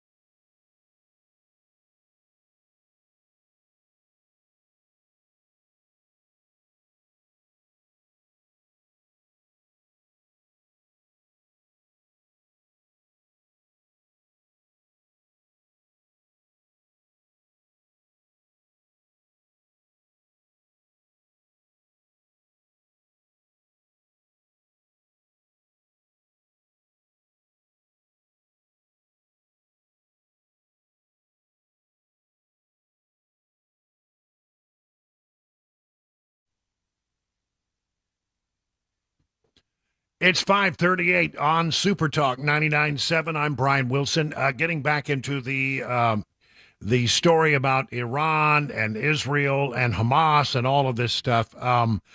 If you have tender ears in the car, just be warned. There's some pretty, brutal stuff that I'm going to be talking about here for a moment or two, because I think you need to know it.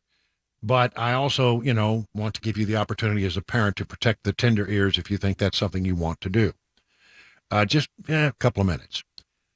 Israel's military has discovered what they are describing as unspeakable horrors in an Israeli community that was attacked by Hamas on Saturday.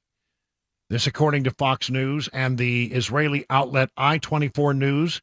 Israeli Defense Forces, the IDF soldiers, moved into an area known as Kfar Aza, one of the communities that Hamas terrorists invaded early Saturday morning, and discovered, and this is hard to say, 40 dead babies, some decapitated, highlighting the brutality of the invading force. IDF were removing the bodies of victims found in the area when they found the children's remains. Israeli soldiers are attempting to use bones to identify the victims. That's really, so tragic. It's not war. It's not a battlefield. You see babies, the mother, the father in the bedrooms and their protection rooms, and how the terrorists killed them all. I mean, children were covered by their parents' bodies, and they attempted to save their children by, getting on top of them when the attacks came, and they paid for it with their lives. On Saturday morning, Hamas-led forces poured over the Israeli-Gaza border while residents were still sleeping, dragging people into the streets, taking some hostage while beheading and killing others. The brutality has been described as the worst that they've seen since the worst days of ISIS, when they were beheading people left and right. Over 700 Israelis, including men, women, and children, and the elderly, were indiscriminately killed one day, which now becomes the largest terror attack in a single day in Israel's history. The Israeli army allowed members of the media into Kibbutz Kfar Aza, which is less than a quarter mile away from the Gaza border. In the city, residents were murdered and their bodies left lying in the streets. Cars were completely burned. The devastation was extended to buildings, some of which were abandoned and destroyed. According to I-24 News, who went in there, the destructive visuals we were met with was what described as the smell of death. The one vibrant community now unrecognizable by Saturday's brutal and swift attack. The outlet described the level of barbarity they witnessed as what the Allied forces must have experienced walking into Nazi-controlled areas during World War II. Many soldiers called up for reserve service and could be seen actively consoling each other after what they had just witnessed. They arrive expecting the worst, but the scenes are beyond anything that one could imagine. Some soldiers said they found babies with their heads cut off, entire families gunned down in their beds. About 40 babies and young children have been taken out on gurneys so far. The atrocities, and that's what these are, that were committed with guns, grenades, knives, all targeting innocent civilians in their homes. We can see soccer nets on lawns, signs of a life that once existed there. Doors are wide open, strollers left behind, sidewalks destroyed by artillery. There are houses charred. Terrorists burned down houses to drive civilians sheltering inside to make them come out. While the fighting has left Kfar Aza, fighting between Israel and Hamas can still be heard from its streets. The sound of artillery and rocket fire can also be heard in the background. Right now, Israel has amassed tanks and all kinds of ground forces right outside the Gaza border. A ground invasion is expected, but in the meantime, Israel continues to launch a number of airstrikes, continuing to airstrike all that is inside Gaza City. I mean, I look at the pictures, and Gaza is being destroyed. I mean, the word decimated is often used incorrectly, but really that seems to be exactly what is happening there. Not every building is being taken down, but a lot of them, maybe 1 in 10 being taken down. They're going after the areas where they know that Hamas was operating, And warnings were given, by the way, by the Israelis on TV saying, if you're in this area and you're a civilian, get out. They gave them warnings because they know what Hamas does. Hamas takes their weaponry and their resources and their headquarters, and they put them around very, very soft targets like, schools and churches and hospitals, because they know that, if they get attacked, that the Israelis will also be having to destroy churches and hospitals and schools and the like. And they use that for propaganda purposes. Look, as I said yesterday, I have been in this region. I have walked that distance between the Ares Gate, where you come in on the Israeli side into Gaza City, and I know that piece of land. I got to look at it very closely. Look, the Israelis are going to go in there, and they will enter Gaza with impunity. Now, getting into Gaza City, it will be very tough fighting, block by block fighting, where the Hamas forces, if they choose to fight, have the high ground. And that makes it very difficult on these Israeli forces. But they've got what they need. They have the resources, and there is absolutely no doubt in my mind that the Israelis will prevail here when they enter Gaza. What they've been doing now from the air is called softening the battlefield. Try to take out as many of the things you can from the air so you don't have to deal with them on the ground. The United States has an aircraft carrier battle group out there just off the coast of Gaza, in the eastern Mediterranean. It doesn't look like they're going to get involved in any of this, and the Israelis don't need them. The Israelis have what they need to accomplish this without any doubt whatsoever. What will the U.S. forces do? Well, there may be a need for U.S. commandos to go in a very limited way and pull out American hostages. As I told you, we don't know how many there are. We don't know where they are, but if they can get that locked down, American commandos would potentially be used. Here's a story from the Washington Examiner.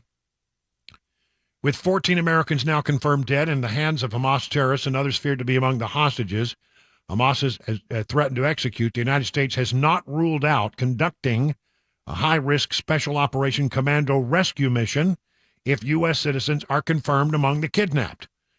We take the safety and security of American overseas very, very seriously, and you have seen us act as efficiently and as effectively as we can to get Americans that are being held hostage or wrongfully detained, in some cases, back home with their families.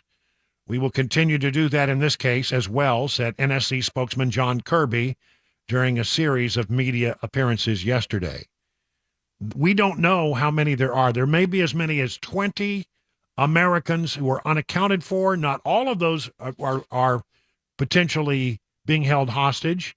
Maybe they are. We just don't know. We just don't know where they are. They're missing and unaccounted for. And the fear is some of them, or maybe all of them, are being held hostage. So we have resources in the region that could respond if needed out of that battle group, but they're not going to be actively involved in the fighting by and large, only in a rescue mission if that were to happen. Why are they there? As a barrier and a warning to Iran. As the president said today, if you're thinking about, doing something, I tell you don't. Now, why would they say that? Maybe they've seen something with their satellites that Iran is preparing. Maybe they fear that Iran will now come in and try to take advantage of this situation and take out their enemy, Israel. Iran was increasingly becoming isolated.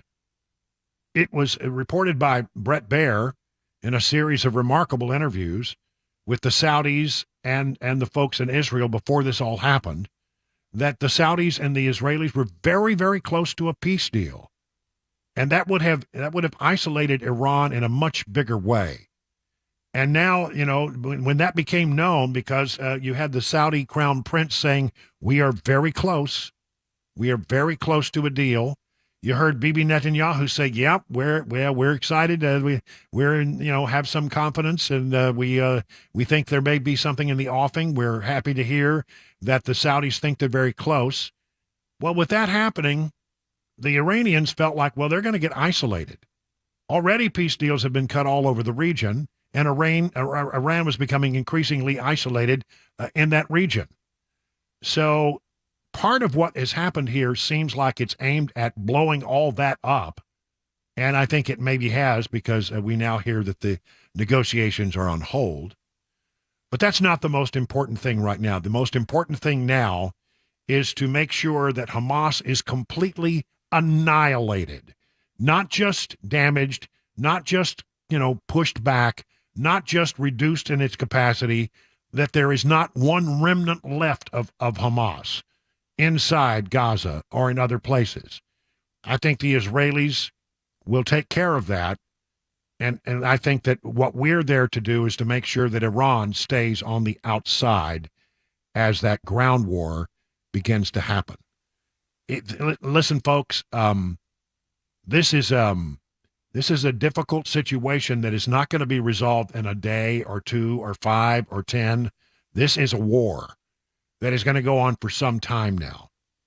And the Iranians are really now the bad actors in the region, the ones who, are going to try to do everything they can to keep Israelis on their heels, and also, I think, continue to push back on America. That's why I say we should seize that $6 billion. We should freeze it. We should seize it, and we should use it in the war, in the effort against Iran, instead of giving them $6 billion in exchange for hostages. We've got the hostages. Freeze the money and seize it, and let's do that today. They said they could. They said it was all part of the deal. Yep, don't worry. If they act up, we can seize it. We can freeze it. Let's get after it. So far, no move by the Biden administration to do that. 50 minutes now past the hour of 5 o'clock.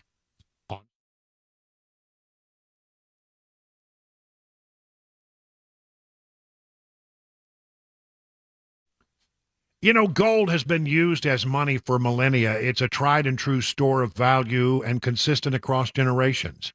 The experts say generational wealth can have 3 components: land, art, and precious metals. Land and art can be hard to evaluate, but precious metals like gold, platinum, and silver are practical solutions. Inflation is currently decreasing the value of your money. Do you have gold that was given to you? You're not sure what it's worth, or you're just curious about metals and want to learn more? Well, you need to meet up with my friends over at Nashville Gold and Coin. They are always available to discuss your options and to educate you about the precious metals market. Now, do what I did. Go to Nashville's real money source, Nashville Gold and Coin. NashvilleGoldandCoin.com is where you start to set up your appointment. You'll sit down one-on-one with their experts, and they'll explain to you exactly how precious metals work. And by the way, if you have old coins laying around, silver coins laying around, you think they might be worth something, bring them in. I found out that the coins I had were worth about $1,650, and I had no idea that they were worth that much. So that's Nashville Gold and Coin. Set up your one-on-one appointment by going to NashvilleGoldandCoin.com.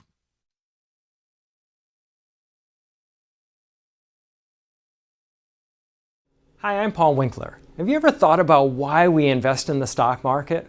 Well, you often hear because we want to protect ourselves from inflation. Well, what is inflation? It's prices going up. Who's raising prices? Companies. What do you own when you own stocks? You own the companies raising prices, so it helps protect us from that. The other thing is this. Think about the most successful people you know. They're typically business owners. And you get to be a business owner when you invest in the stock market. Now, if we think about the stock market, a lot of people worry about, well, what if the stock market drops and it never comes back? Well, this is another thing that I like to explain to people. If the stock market goes down and it never comes back, what does that mean? That means that earnings went down and they never came back up again. So earnings went down. If earnings go down, what else goes down? Taxes go down. If taxes go away, what else goes away? The government goes away. If the government goes away, the FDIC goes away. So think about it. Everything is built on the stock market. That's why I don't ever worry about the stock market going down. Everybody has the same goal in mind when stocks go down. Get it to come back up, because we got to get earnings to come back up. Now, you have two things at your control to get earnings to come back up. One is sales. We can change what we're selling or sell more of whatever we have if we can. And if we can't do that, we can reduce our expenses. And that's exactly what companies do. You'll notice that they lay off people when things get bad, and hence that is why the stock market has recovered from every downturn throughout all of history. Now, if you want to learn more about our approach to investing and financial planning, go to paulwinkler.com and set up a free 15-minute phone call, or call 615-851-1950.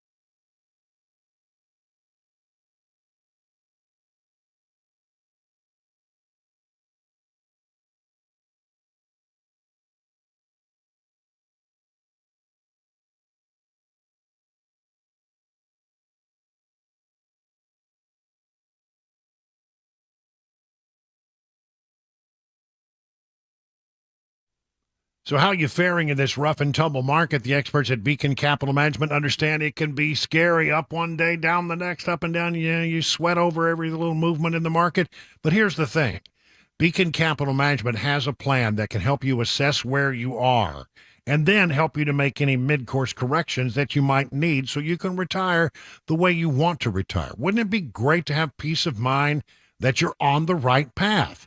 Beacon can provide that reassurance, and it starts with a simple phone call. Here's the number, 615-488-9303. At the end of the process, you'll be able to rest easy knowing you have a plan that meets all your retirement goals. Replace the worry with confidence that you're on the right path. Once again, that number, 615-488-9303.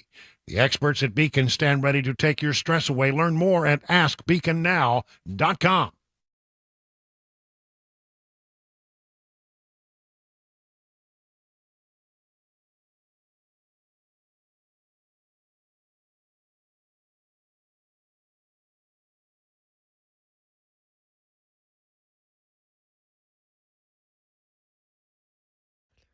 Six o'clock, I'm Mac Maury with your top story. 70 degrees right now, a sunny day in Nashville. We'll get that latest forecast to you, plus the latest traffic report on the way in 5 minutes. Right now, Daria Albinger filling you in on the war in Israel. President Biden didn't mince words as he condemned the Hamas terror attacks in Israel, which left hundreds of civilians, including at least 14 Americans, dead. President Biden again issuing this warning about the violence in Israel. To any country, any organization, anyone thinking of taking advantage of this situation, I have one word: don't.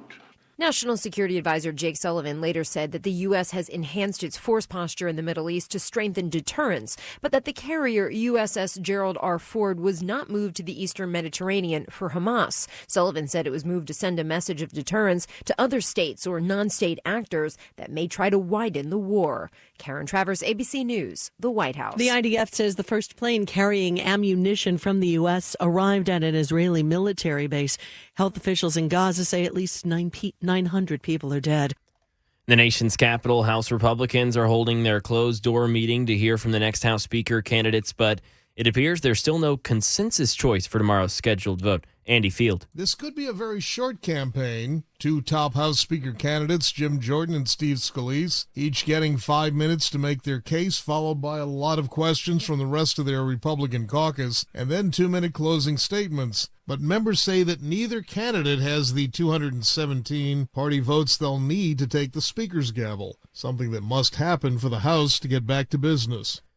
And here in Tennessee, there's a bill state lawmakers will consider during the regular session dealing with math and a student's test scores. Education Instruction Subcommittee Chair Scott Sapicki told News 2 it would require summer school or tutoring for students scoring below the benchmark on their TCAP or universal screener and would apply to all K-8 students, not just third grade. This bill, this proposal we're coming up with has nothing to do with retention. There's no retention in the bill at all. And statewide in Tennessee, about 34% of students tested proficient in math last school year. That's the latest news. Traffic and weather next. I'm Mac Maury, WTN News.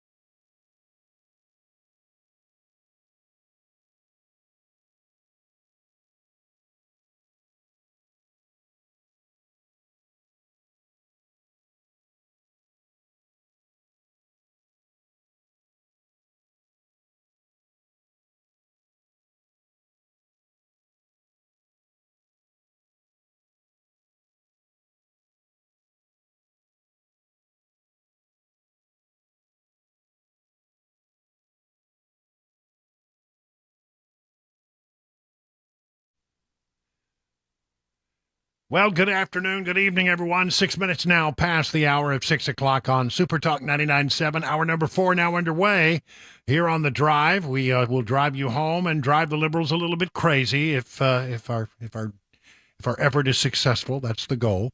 And there's a lot going on to bring you up to date. It's sort of a slower time in the Mideast right now in that it's very late there, and the Israelis continue to soften the battlefield before they enter Gaza, which they can do. They've got all of the tanks and the mechanized weaponry that is out there ready to go just outside what is known as the Ares Gate. It's all pre-positioned and ready to go as soon as they get the go-ahead by the military that the battlefield has been sufficiently softened. What they're doing is bombing it from the air and with rockets and missiles, and they're just tearing up Gaza City as they try to dismantle the structure that is supportive of Hamas. They are going to go in there and not just brush back Hamas. They're going to annihilate every single part of Hamas. There'll not be anything left to Hamas when they get done. And there probably won't be much left to Gaza City. But nobody blames them given the horrific attacks that took place, the unprovoked attacks and the brutality and just awful things that have happened because Hamas has come into Israel in an unprovoked attack that started last Friday night into Saturday. So that is going on right now. This is not going to be a thing that's over in a couple of days. This is not going to be a thing that's over in a couple of weeks. I think this is going to be an ongoing effort. And we have an aircraft carrier group in the region, in the Eastern Mediterranean. Mostly it seems like that is all designed to make sure that Iran doesn't get involved from the outside. As the president has said repeatedly, if there's another country out there thinking about taking advantage of the situation, don't. And I think that most people look at that and they say, he's talking to Iran. What does he know? What have they picked up? Why does he fear that might be the thing that happens? Well, Iran is supporting Hamas. They have, although today, I don't understand how this could be that our intelligence is this bad. But the question was, Iran, was it complicit in all of this? And Jake Sullivan, the president's national security advisor, said the following. Look, we've said since the beginning that Iran is complicit in this attack in a broad sense because they have provided the lion's share of the funding for the military wing of Hamas. They have provided training, they have provided capabilities, they have provided support, and they have had engagement and contact with Hamas over years and years. And all of that has played a role in contributing to what we have seen. Now, as to the question of whether Iran knew about this attack in advance or helped plan or direct this attack, we do not, as of the moment I'm standing here at the podium, have confirmation of that. Well, how high a level of confirmation do you want? You've said all the other things they support. Where do you think Hamas got these weapons? If not from Iran, then who? It's sort of, but they want that smoking gun that gives them, the purpose that they need and the solid evidence that they need to allow them to act with impunity. They're going to act with impunity anyway in Israel. There's no way about it that's going to happen. The question is, where are our hostages? How many American hostages are there? 14 Americans have been killed, and we don't know how many hostages might be taken. It could be 20. Because there are 20 people unaccounted for who are Americans, but some of those may not be held hostage. They just may be, haven't checked in, or they're trying to track them down. They don't know where they are. They may have been killed in some of the actions and just not identified as yet, one way or the other. 20 people are missing, and it is confirmed, however, that Hamas does have American hostages. How many is unclear. If it's one or whether it's 10, it doesn't matter. We need to go in and get those people back. How was it missed? How did they miss something like this? It's a great question. The Israelis missed it, and we missed it. The Israeli government has placed a high premium on its intelligence capacity as it relates to Hamas, as it relates to the West Bank, as it relates to Hezbollah.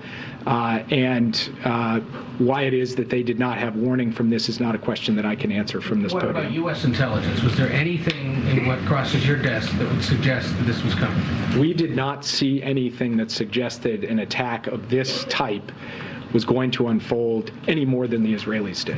All right, so that's the latest on that. As I say, 14 Americans now confirmed killed. We think that they have hostages who are Americans, but we don't know how many, and we don't know where they are.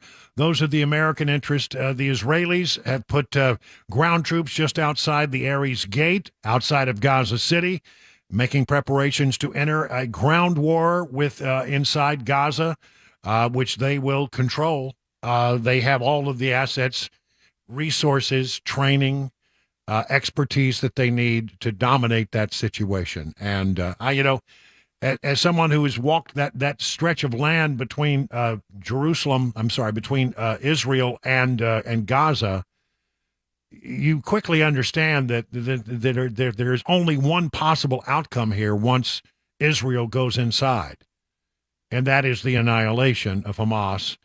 And they don't care who gets bruised or bumped in the process. That's just the way it's going to be. Some horrific stories now coming out of Israel as to the attacks that took place. Just horrible stuff. Real brutality. The other story that we're watching here tonight has to do with the fact that we have a Congress that doesn't have a functional House of Representatives. No functional House of Representatives because we don't have a speaker. You can't have a House without a speaker. And as you know, there was a big battle, and Kevin McCarthy was ousted as Speaker by 8 Republicans who voted with all the Democrats, led by Matt Gaetz. So what's going on? Well, the Congress usually uses Tuesday as a travel day, so everybody's asked to come back and be there by about 6 o'clock. For a meeting where they're going to get behind closed door and try to figure out if they have enough votes to make somebody speaker. Now, the vote has to take place on the House floor, but rather than have that whole process play out in front of cameras and God and everybody, they're going to do this behind closed doors until they can find somebody who can get 217 votes. You need 217 votes on the floor to become Speaker of the House. Right now, it's usually 218, but there's one person who's got a vacated seat, so 217 is the magic number right now. Kevin McCarthy, there was a word that Kevin McCarthy might enter the game again and throw his name in, or have somebody throw the name in and have them vote on it, and he tonight has said, I have asked them not to nominate me. He is not going to go forward as a candidate, so that leaves really Steve Scalise, the House Majority Leader, the number 2 Republican in the House, and Jim Jordan, the chairman of the Judiciary Committee, well-liked by conservatives. And both these men are well-liked. They have a huge following. Both men have their supporters and generally good feelings about both of these men. But who do you want to lead you is the question. Right now, as far as committed votes go, and they're nowhere near 217, it would look that Jim Jordan has the greater support over Steve Scalise. Steve Scalise, is suffering from blood cancer, and I think that hurts him, quite frankly. It's like, well, do we want to go through this whole, thing again if Steve, starts to, not come out of this stuff? He seems to be doing well, and he says that he feels, like he's up to it, or he wouldn't be running.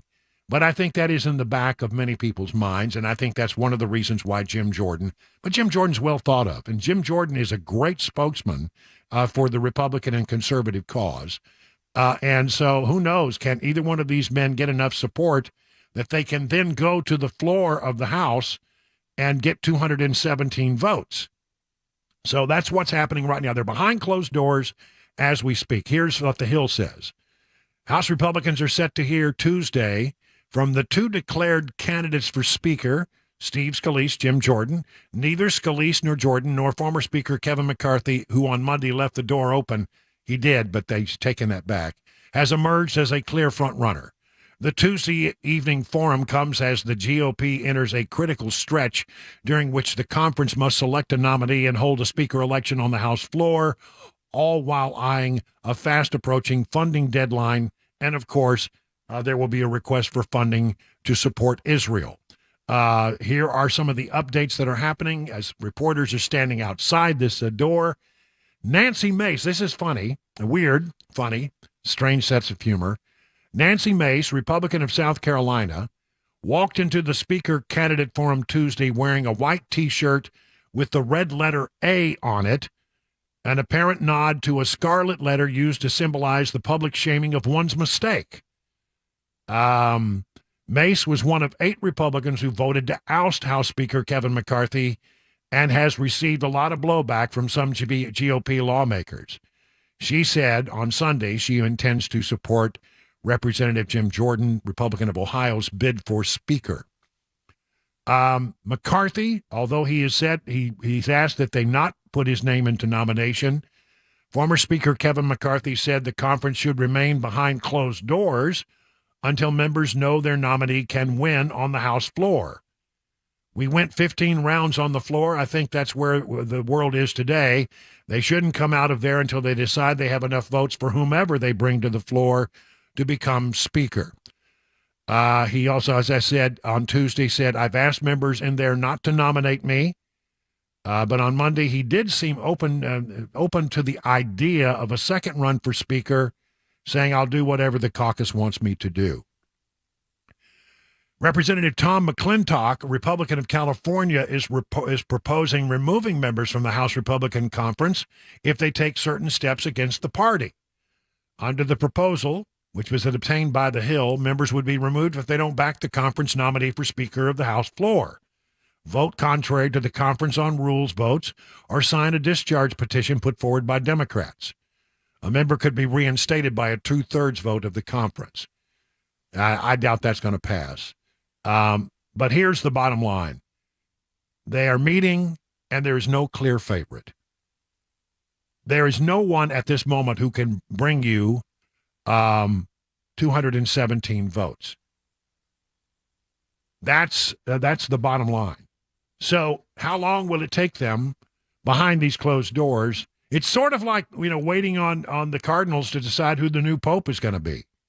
We're waiting for the white smoke to come out. Will there be white smoke or will there be red smoke? And I don't know how many votes it will take. As I say, on the floor of the House, it took 15. I'm telling you, there's a lot of anger inside there. There's a lot of people who are really upset with the vacate 8. I said before that I thought it would not be surprising if somebody came out of that conference meeting with a bloody nose, because I'm telling you, there is a great deal of pent-up anger about what Matt Gaetz and the 8 did. Many people within the sound of my voice support Matt Gaetz and thought that he did the right thing and that we needed a change. I'm not among them. I tend to believe that when 96% of the conference supports someone, that 4% should not be the driving force that forces that person out. But those rules were put into place way back in January when McCarthy needed to, get enough votes to get across the goal line.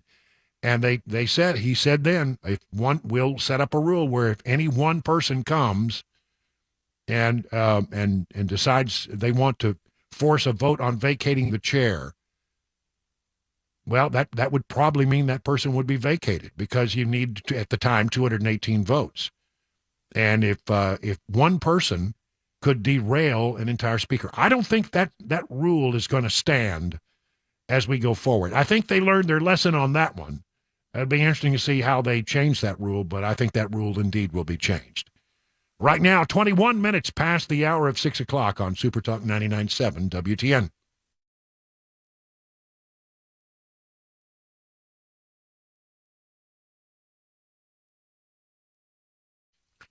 Stinky, stinky, stinky. Is that what you experienced the last time you went to an auto repair shop? You go in and it's smelly, greasy, old rags lying around. Sure, they got a countertop, but you don't want to touch it. And another thing that stinks in some of these repair shops is that they keep your car forever. They're not honest, and they don't call you back when they say they will. So what was your last experience at a vehicle repair shop? Well, let me tell you about Eurofix. Eurofix takes the stink out of European auto repair. At Eurofix, you get a free 15-minute no-wrench inspection with an estimate at every visit.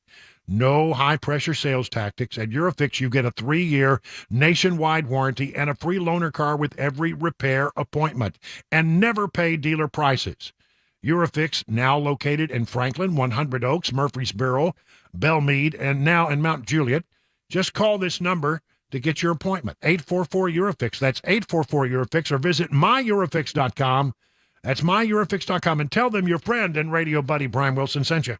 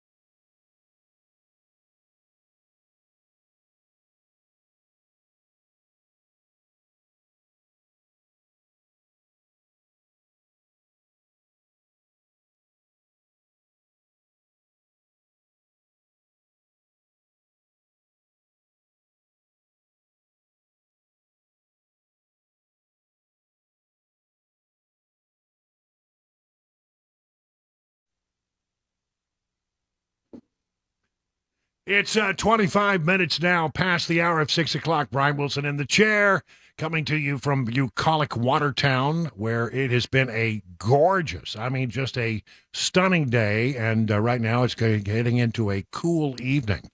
I haven't looked. Are we looking for any rain here in the next few days? I haven't looked at the forecast. There's a chance Thursday and Friday, maybe, but just kind of a slight chance. I don't think it's set in stone. But I do know that we are going to cool off a little bit more this weekend.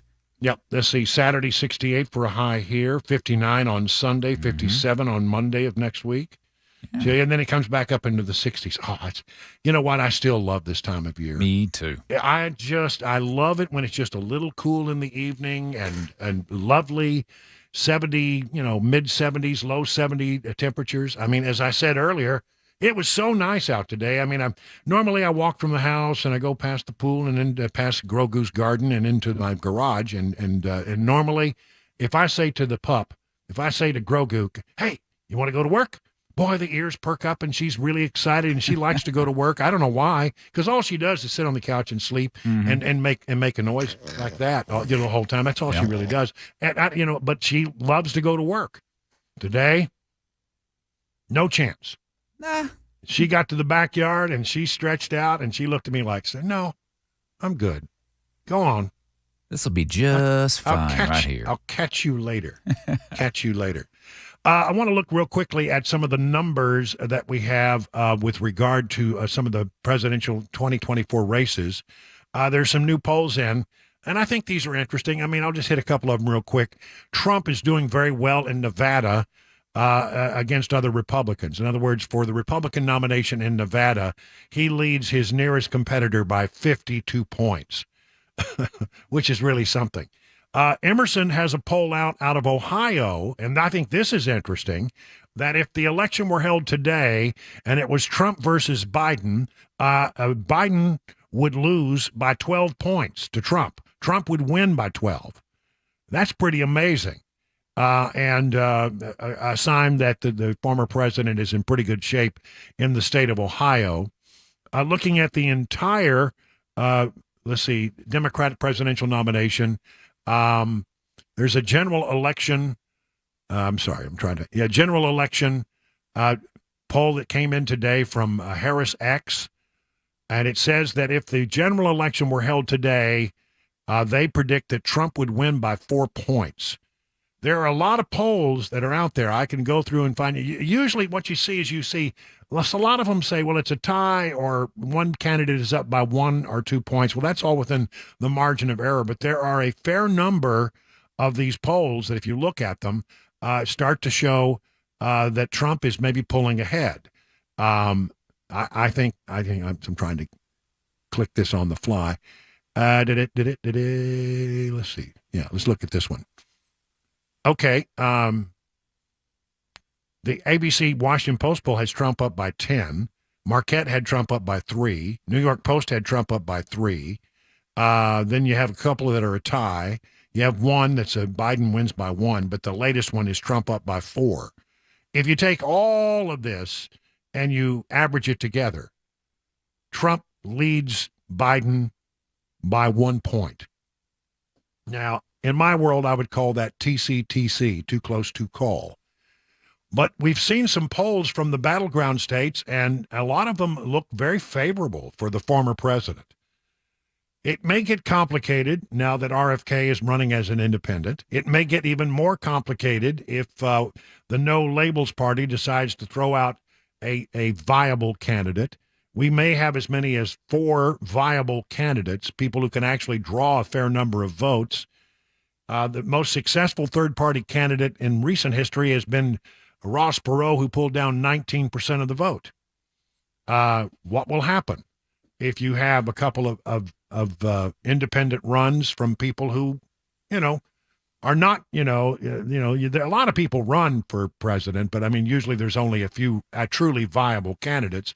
What if you have a couple of sort of viable candidates who draw away, as independents from one side or the other? Man, it's going to be really hard to predict how this thing goes. But right now, I would say the former president, there's a lot of good news out there. And if you dig into the numbers for the polling for this former president and his effort to return to the White House. It is 30 minutes past the hour of 6 o'clock.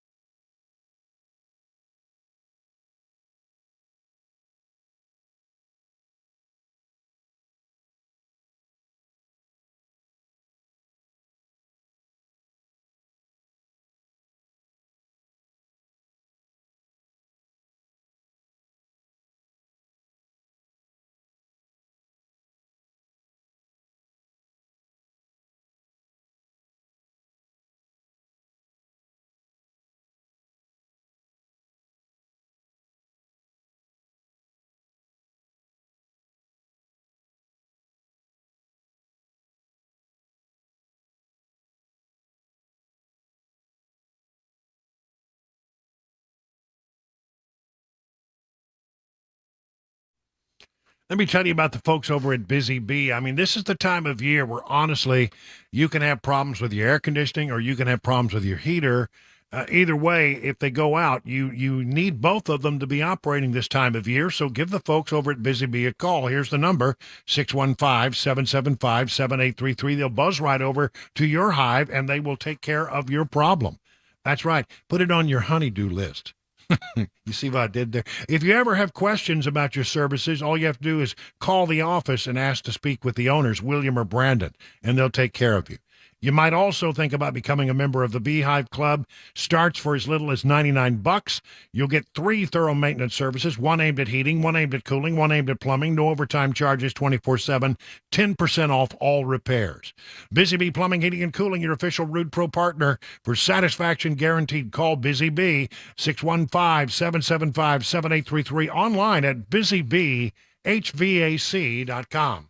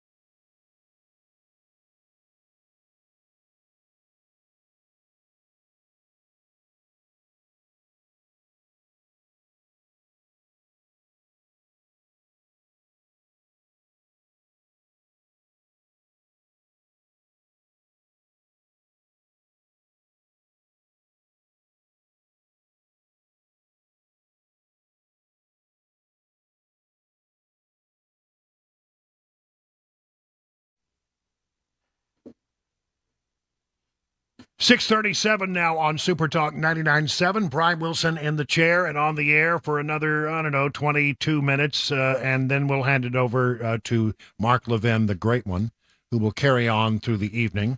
Boy, he's been on fire of late. Have you heard him? Because, I mean, you listen to Mark Levin, you're going to get an earful. A lot of knowledge. And just a smart guy. Sharp wit, really knows his stuff. I want to talk a little bit about the situation with regard to our southern border. And okay, I know. I talk about this a lot, and you think that that you've heard everything I have to say. Well, maybe not. New stuff that I got today, which reinforces my great concern. I mean, I think you have to realize that what happened in Israel when Hamas came across and started doing all the things they did, this butchery, this savagery, and then firing the rockets, and it was a well-coordinated, well-planned-out attack involving thousands of people who came in and attacked Israel, and Israel was left flat-footed. They didn't see it coming. They didn't know it was coming. We've got people on our side of the equation. I mean, Israel counts a lot on us for intelligence about what's going on in their part of the world. We have amazing resources, but we missed it too. We didn't see it happening. So the Biden administration, did not see this coming at all, and they'll be the first to admit it. Here's Jake Sullivan talking about the fact that Israel missed it, but then he was asked the question: what crosses your desk that would suggest that this was coming? We did not see anything that suggested an attack of this type was going to unfold any more than the Israelis did. Well, I mean, we were left flat-footed.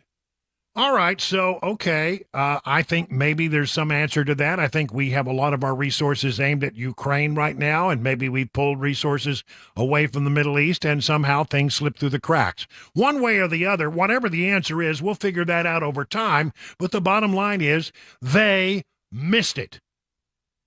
They completely missed it. Okay, not to beat up on the Biden administration, although, there's plenty of reason to do that. Let's just stop for a moment. If they missed what happened there, how much confidence do you have in their ability to know what's happening on our southern border? How much confidence do you think that they have in tracking down the people who have come into this country amid all the chaos on the southern border, who don't want to do America well, they want to do America harm? How much do you think we know about those people? How good do you think our intelligence is? I don't think, based on what we've just heard, it's very good. Not very good at all. Listen to this story. If this doesn't scare you, then maybe, there's something wrong with you. Maybe there is. Thousands of special interest aliens from countries, including the Middle East, have been arrested by Border Patrol agents attempting to cross the U.S. southern border illegally over the last 2 years. This comes from internal Customs and Border Protection data that was leaked to the Fox News channel.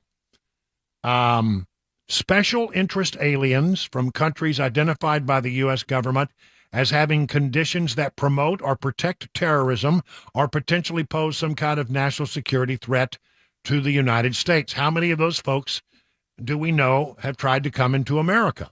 Now, what I need to set you up here to understand this. I'm going to tell you about the ones they caught. And you say, well, that's good. They caught these folks.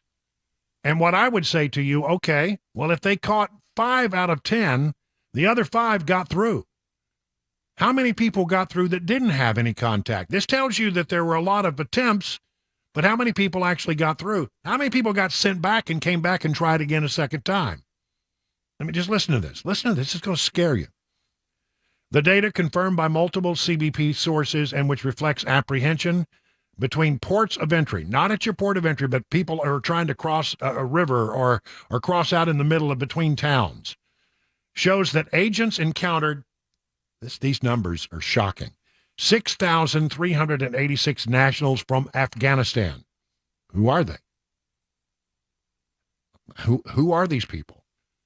As well as 3,153 who came from Egypt, 659 from Iran, 540, rounding up here to Syria, from Syria. This number should shock you. 12,624 from Uzbekistan, 30,000 coming in from Turkey, 1,600 from Pakistan, 164 from Lebanon, 185 from Jordan, 123 from Iraq, and, well, almost, let's call it 15,600 from Mauritania. Now, all of these are countries that do not have the United States' best interest at heart. These are countries that protect terrorism or promote terrorism. Now, here's where it gets really interesting. I mean, these numbers are scary, just shocking. The numbers do not include encounters by CBP's Field Office of Operations at port of entry. Now, some of these people might have tried to go to a port of entry and fake their way through it. We don't know. We don't have those numbers. It also, and this is the more important number, it also does not include numbers of people who have snuck past agents without detection. Sources say there have been over 1.5 million such gotaways during the Biden administration. So we don't know if they process these people and let some of them in. We don't know. There's no information about all that. But let's say they took all of these people that they caught and they sent them back. Do you think they just went away? No. They just came back a different way. They learned their lesson, and they came back a different direction. They came back where the CBP agents aren't. Now, guys, I've told you this story 1,000 times, but this is the way it works. And anybody who goes down there will tell you that it's like a little drill. The coyotes will bring across a group of people and get them across the river, lead them to the river, and they wade across, and they want to be found. They want to come in contact with the Border Patrol. They want to come in contact with ICE. They want to come in contact because they want their little notice to appear, and they then are sent on into the country, and they are processed, and they're allowed to head north because they've claimed asylum. So these people, they come and they say, I want to claim asylum, and, the Biden administration is just writing checks right now. Yeah, sure, okay, yeah, you bet, okay, yeah, you too, get on through. North, go north that way, it's that way, America's that way. And they don't stop them. But those are the people that want to come in contact. What is our Border Patrol doing right now? Filling out paperwork all day long for the thousands and thousands of people who are coming across the border. And then once they get all occupied and tied up and they've got all these people here that they have to process, well, then the coyotes go upriver or go to a different location and they send across the people who don't want to come in contact with law enforcement, the people who want to run from law enforcement. And I would suggest to you, if they caught all these people from all these different places, a great number of them came through in another way and are in America now. 1.7 million people came across the border that we don't know anything about. Not one whit. We don't even know who they are. We don't know where they came from. But I guarantee you that there are some of these people from places like Uzbekistan and Turkey and Jordan and Syria and Lebanon and Mauritania and Egypt and Afghanistan and Syria. I guarantee you that there are people who are making it into this country that come from this place. And you know what? I don't think they have our best interest at heart. I want you to just think for a moment. Imagine that you're the, I don't know, the person planning things, and I don't know, let's go with Afghanistan. And you want to take advantage of the chaos that is on the southern border right now. And you want to get people into America who will do your bidding when the time comes. They sometimes call these folks sleeper cells. Do you not think that you would look at the situation on the southern border and say, wow, we can take a real advantage of that. Let's send some people through and have them, just sort of burrow in somewhere. 9/11 was 12 people with box cutters.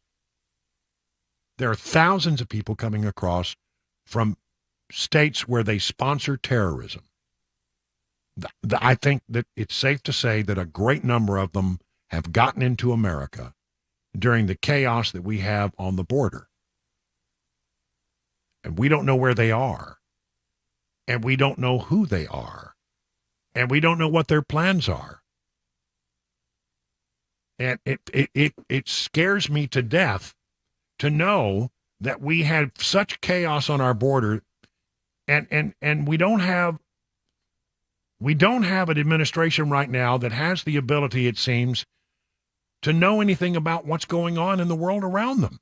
They missed this completely in Iran. I mean, with Iran, they missed it with Hamas. They missed it with Israel. They missed it. They didn't see it coming. I don't know how that happens. With that many rockets being brought into Gaza, how in the hell did they get them in there without anybody knowing about it? How did they plan this thing so meticulously and we didn't pick up any chatter? Man, there are a lot of questions. And so how many people are in this country who are burrowing in and waiting for someone to send them official orders? I hope and pray, I really sincerely mean this, I hope I am wrong. I hope that I've gotten this so horribly wrong and that someday we'll look back and say, what a bonehead you were, Wilson, that you thought that was going to be the case. But I don't think I am wrong. And I remember covering the aftermath of 9/11. And there were lessons that were learned there, but I think we have forgotten those lessons. And I fear for this country's safety, because I think there are people who are here and ready to carry out the orders of their masters in some of these bad countries where they sponsor terrorism. And it's just a matter of time until they reveal themselves. When will it happen? I can't tell you. And again, I hope I'm wrong, but I don't think I am. This is something to be very concerned about. And by the way, it continues. 13,000 arrested in Arizona in 1 week. 13,000. 1 week, one checkpoint. It's now 50 minutes past the hour of 6 o'clock on Super Talk 99.7.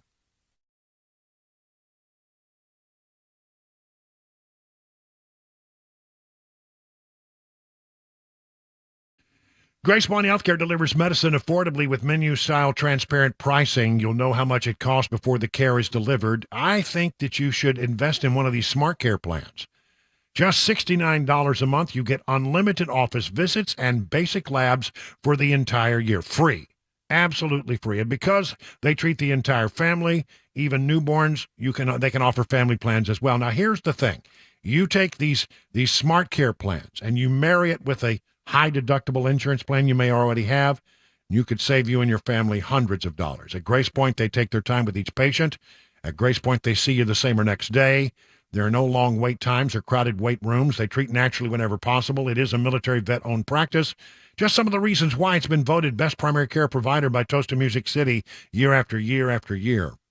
Grace Point also wants you to know that they can provide COVID testing and treatments that can perhaps get you back on your feet more quickly, and they can also treat seasonal allergies so you can enjoy the great outdoors. Grace Point Healthcare, Main Street, Franklin, 599-6868 to schedule a visit.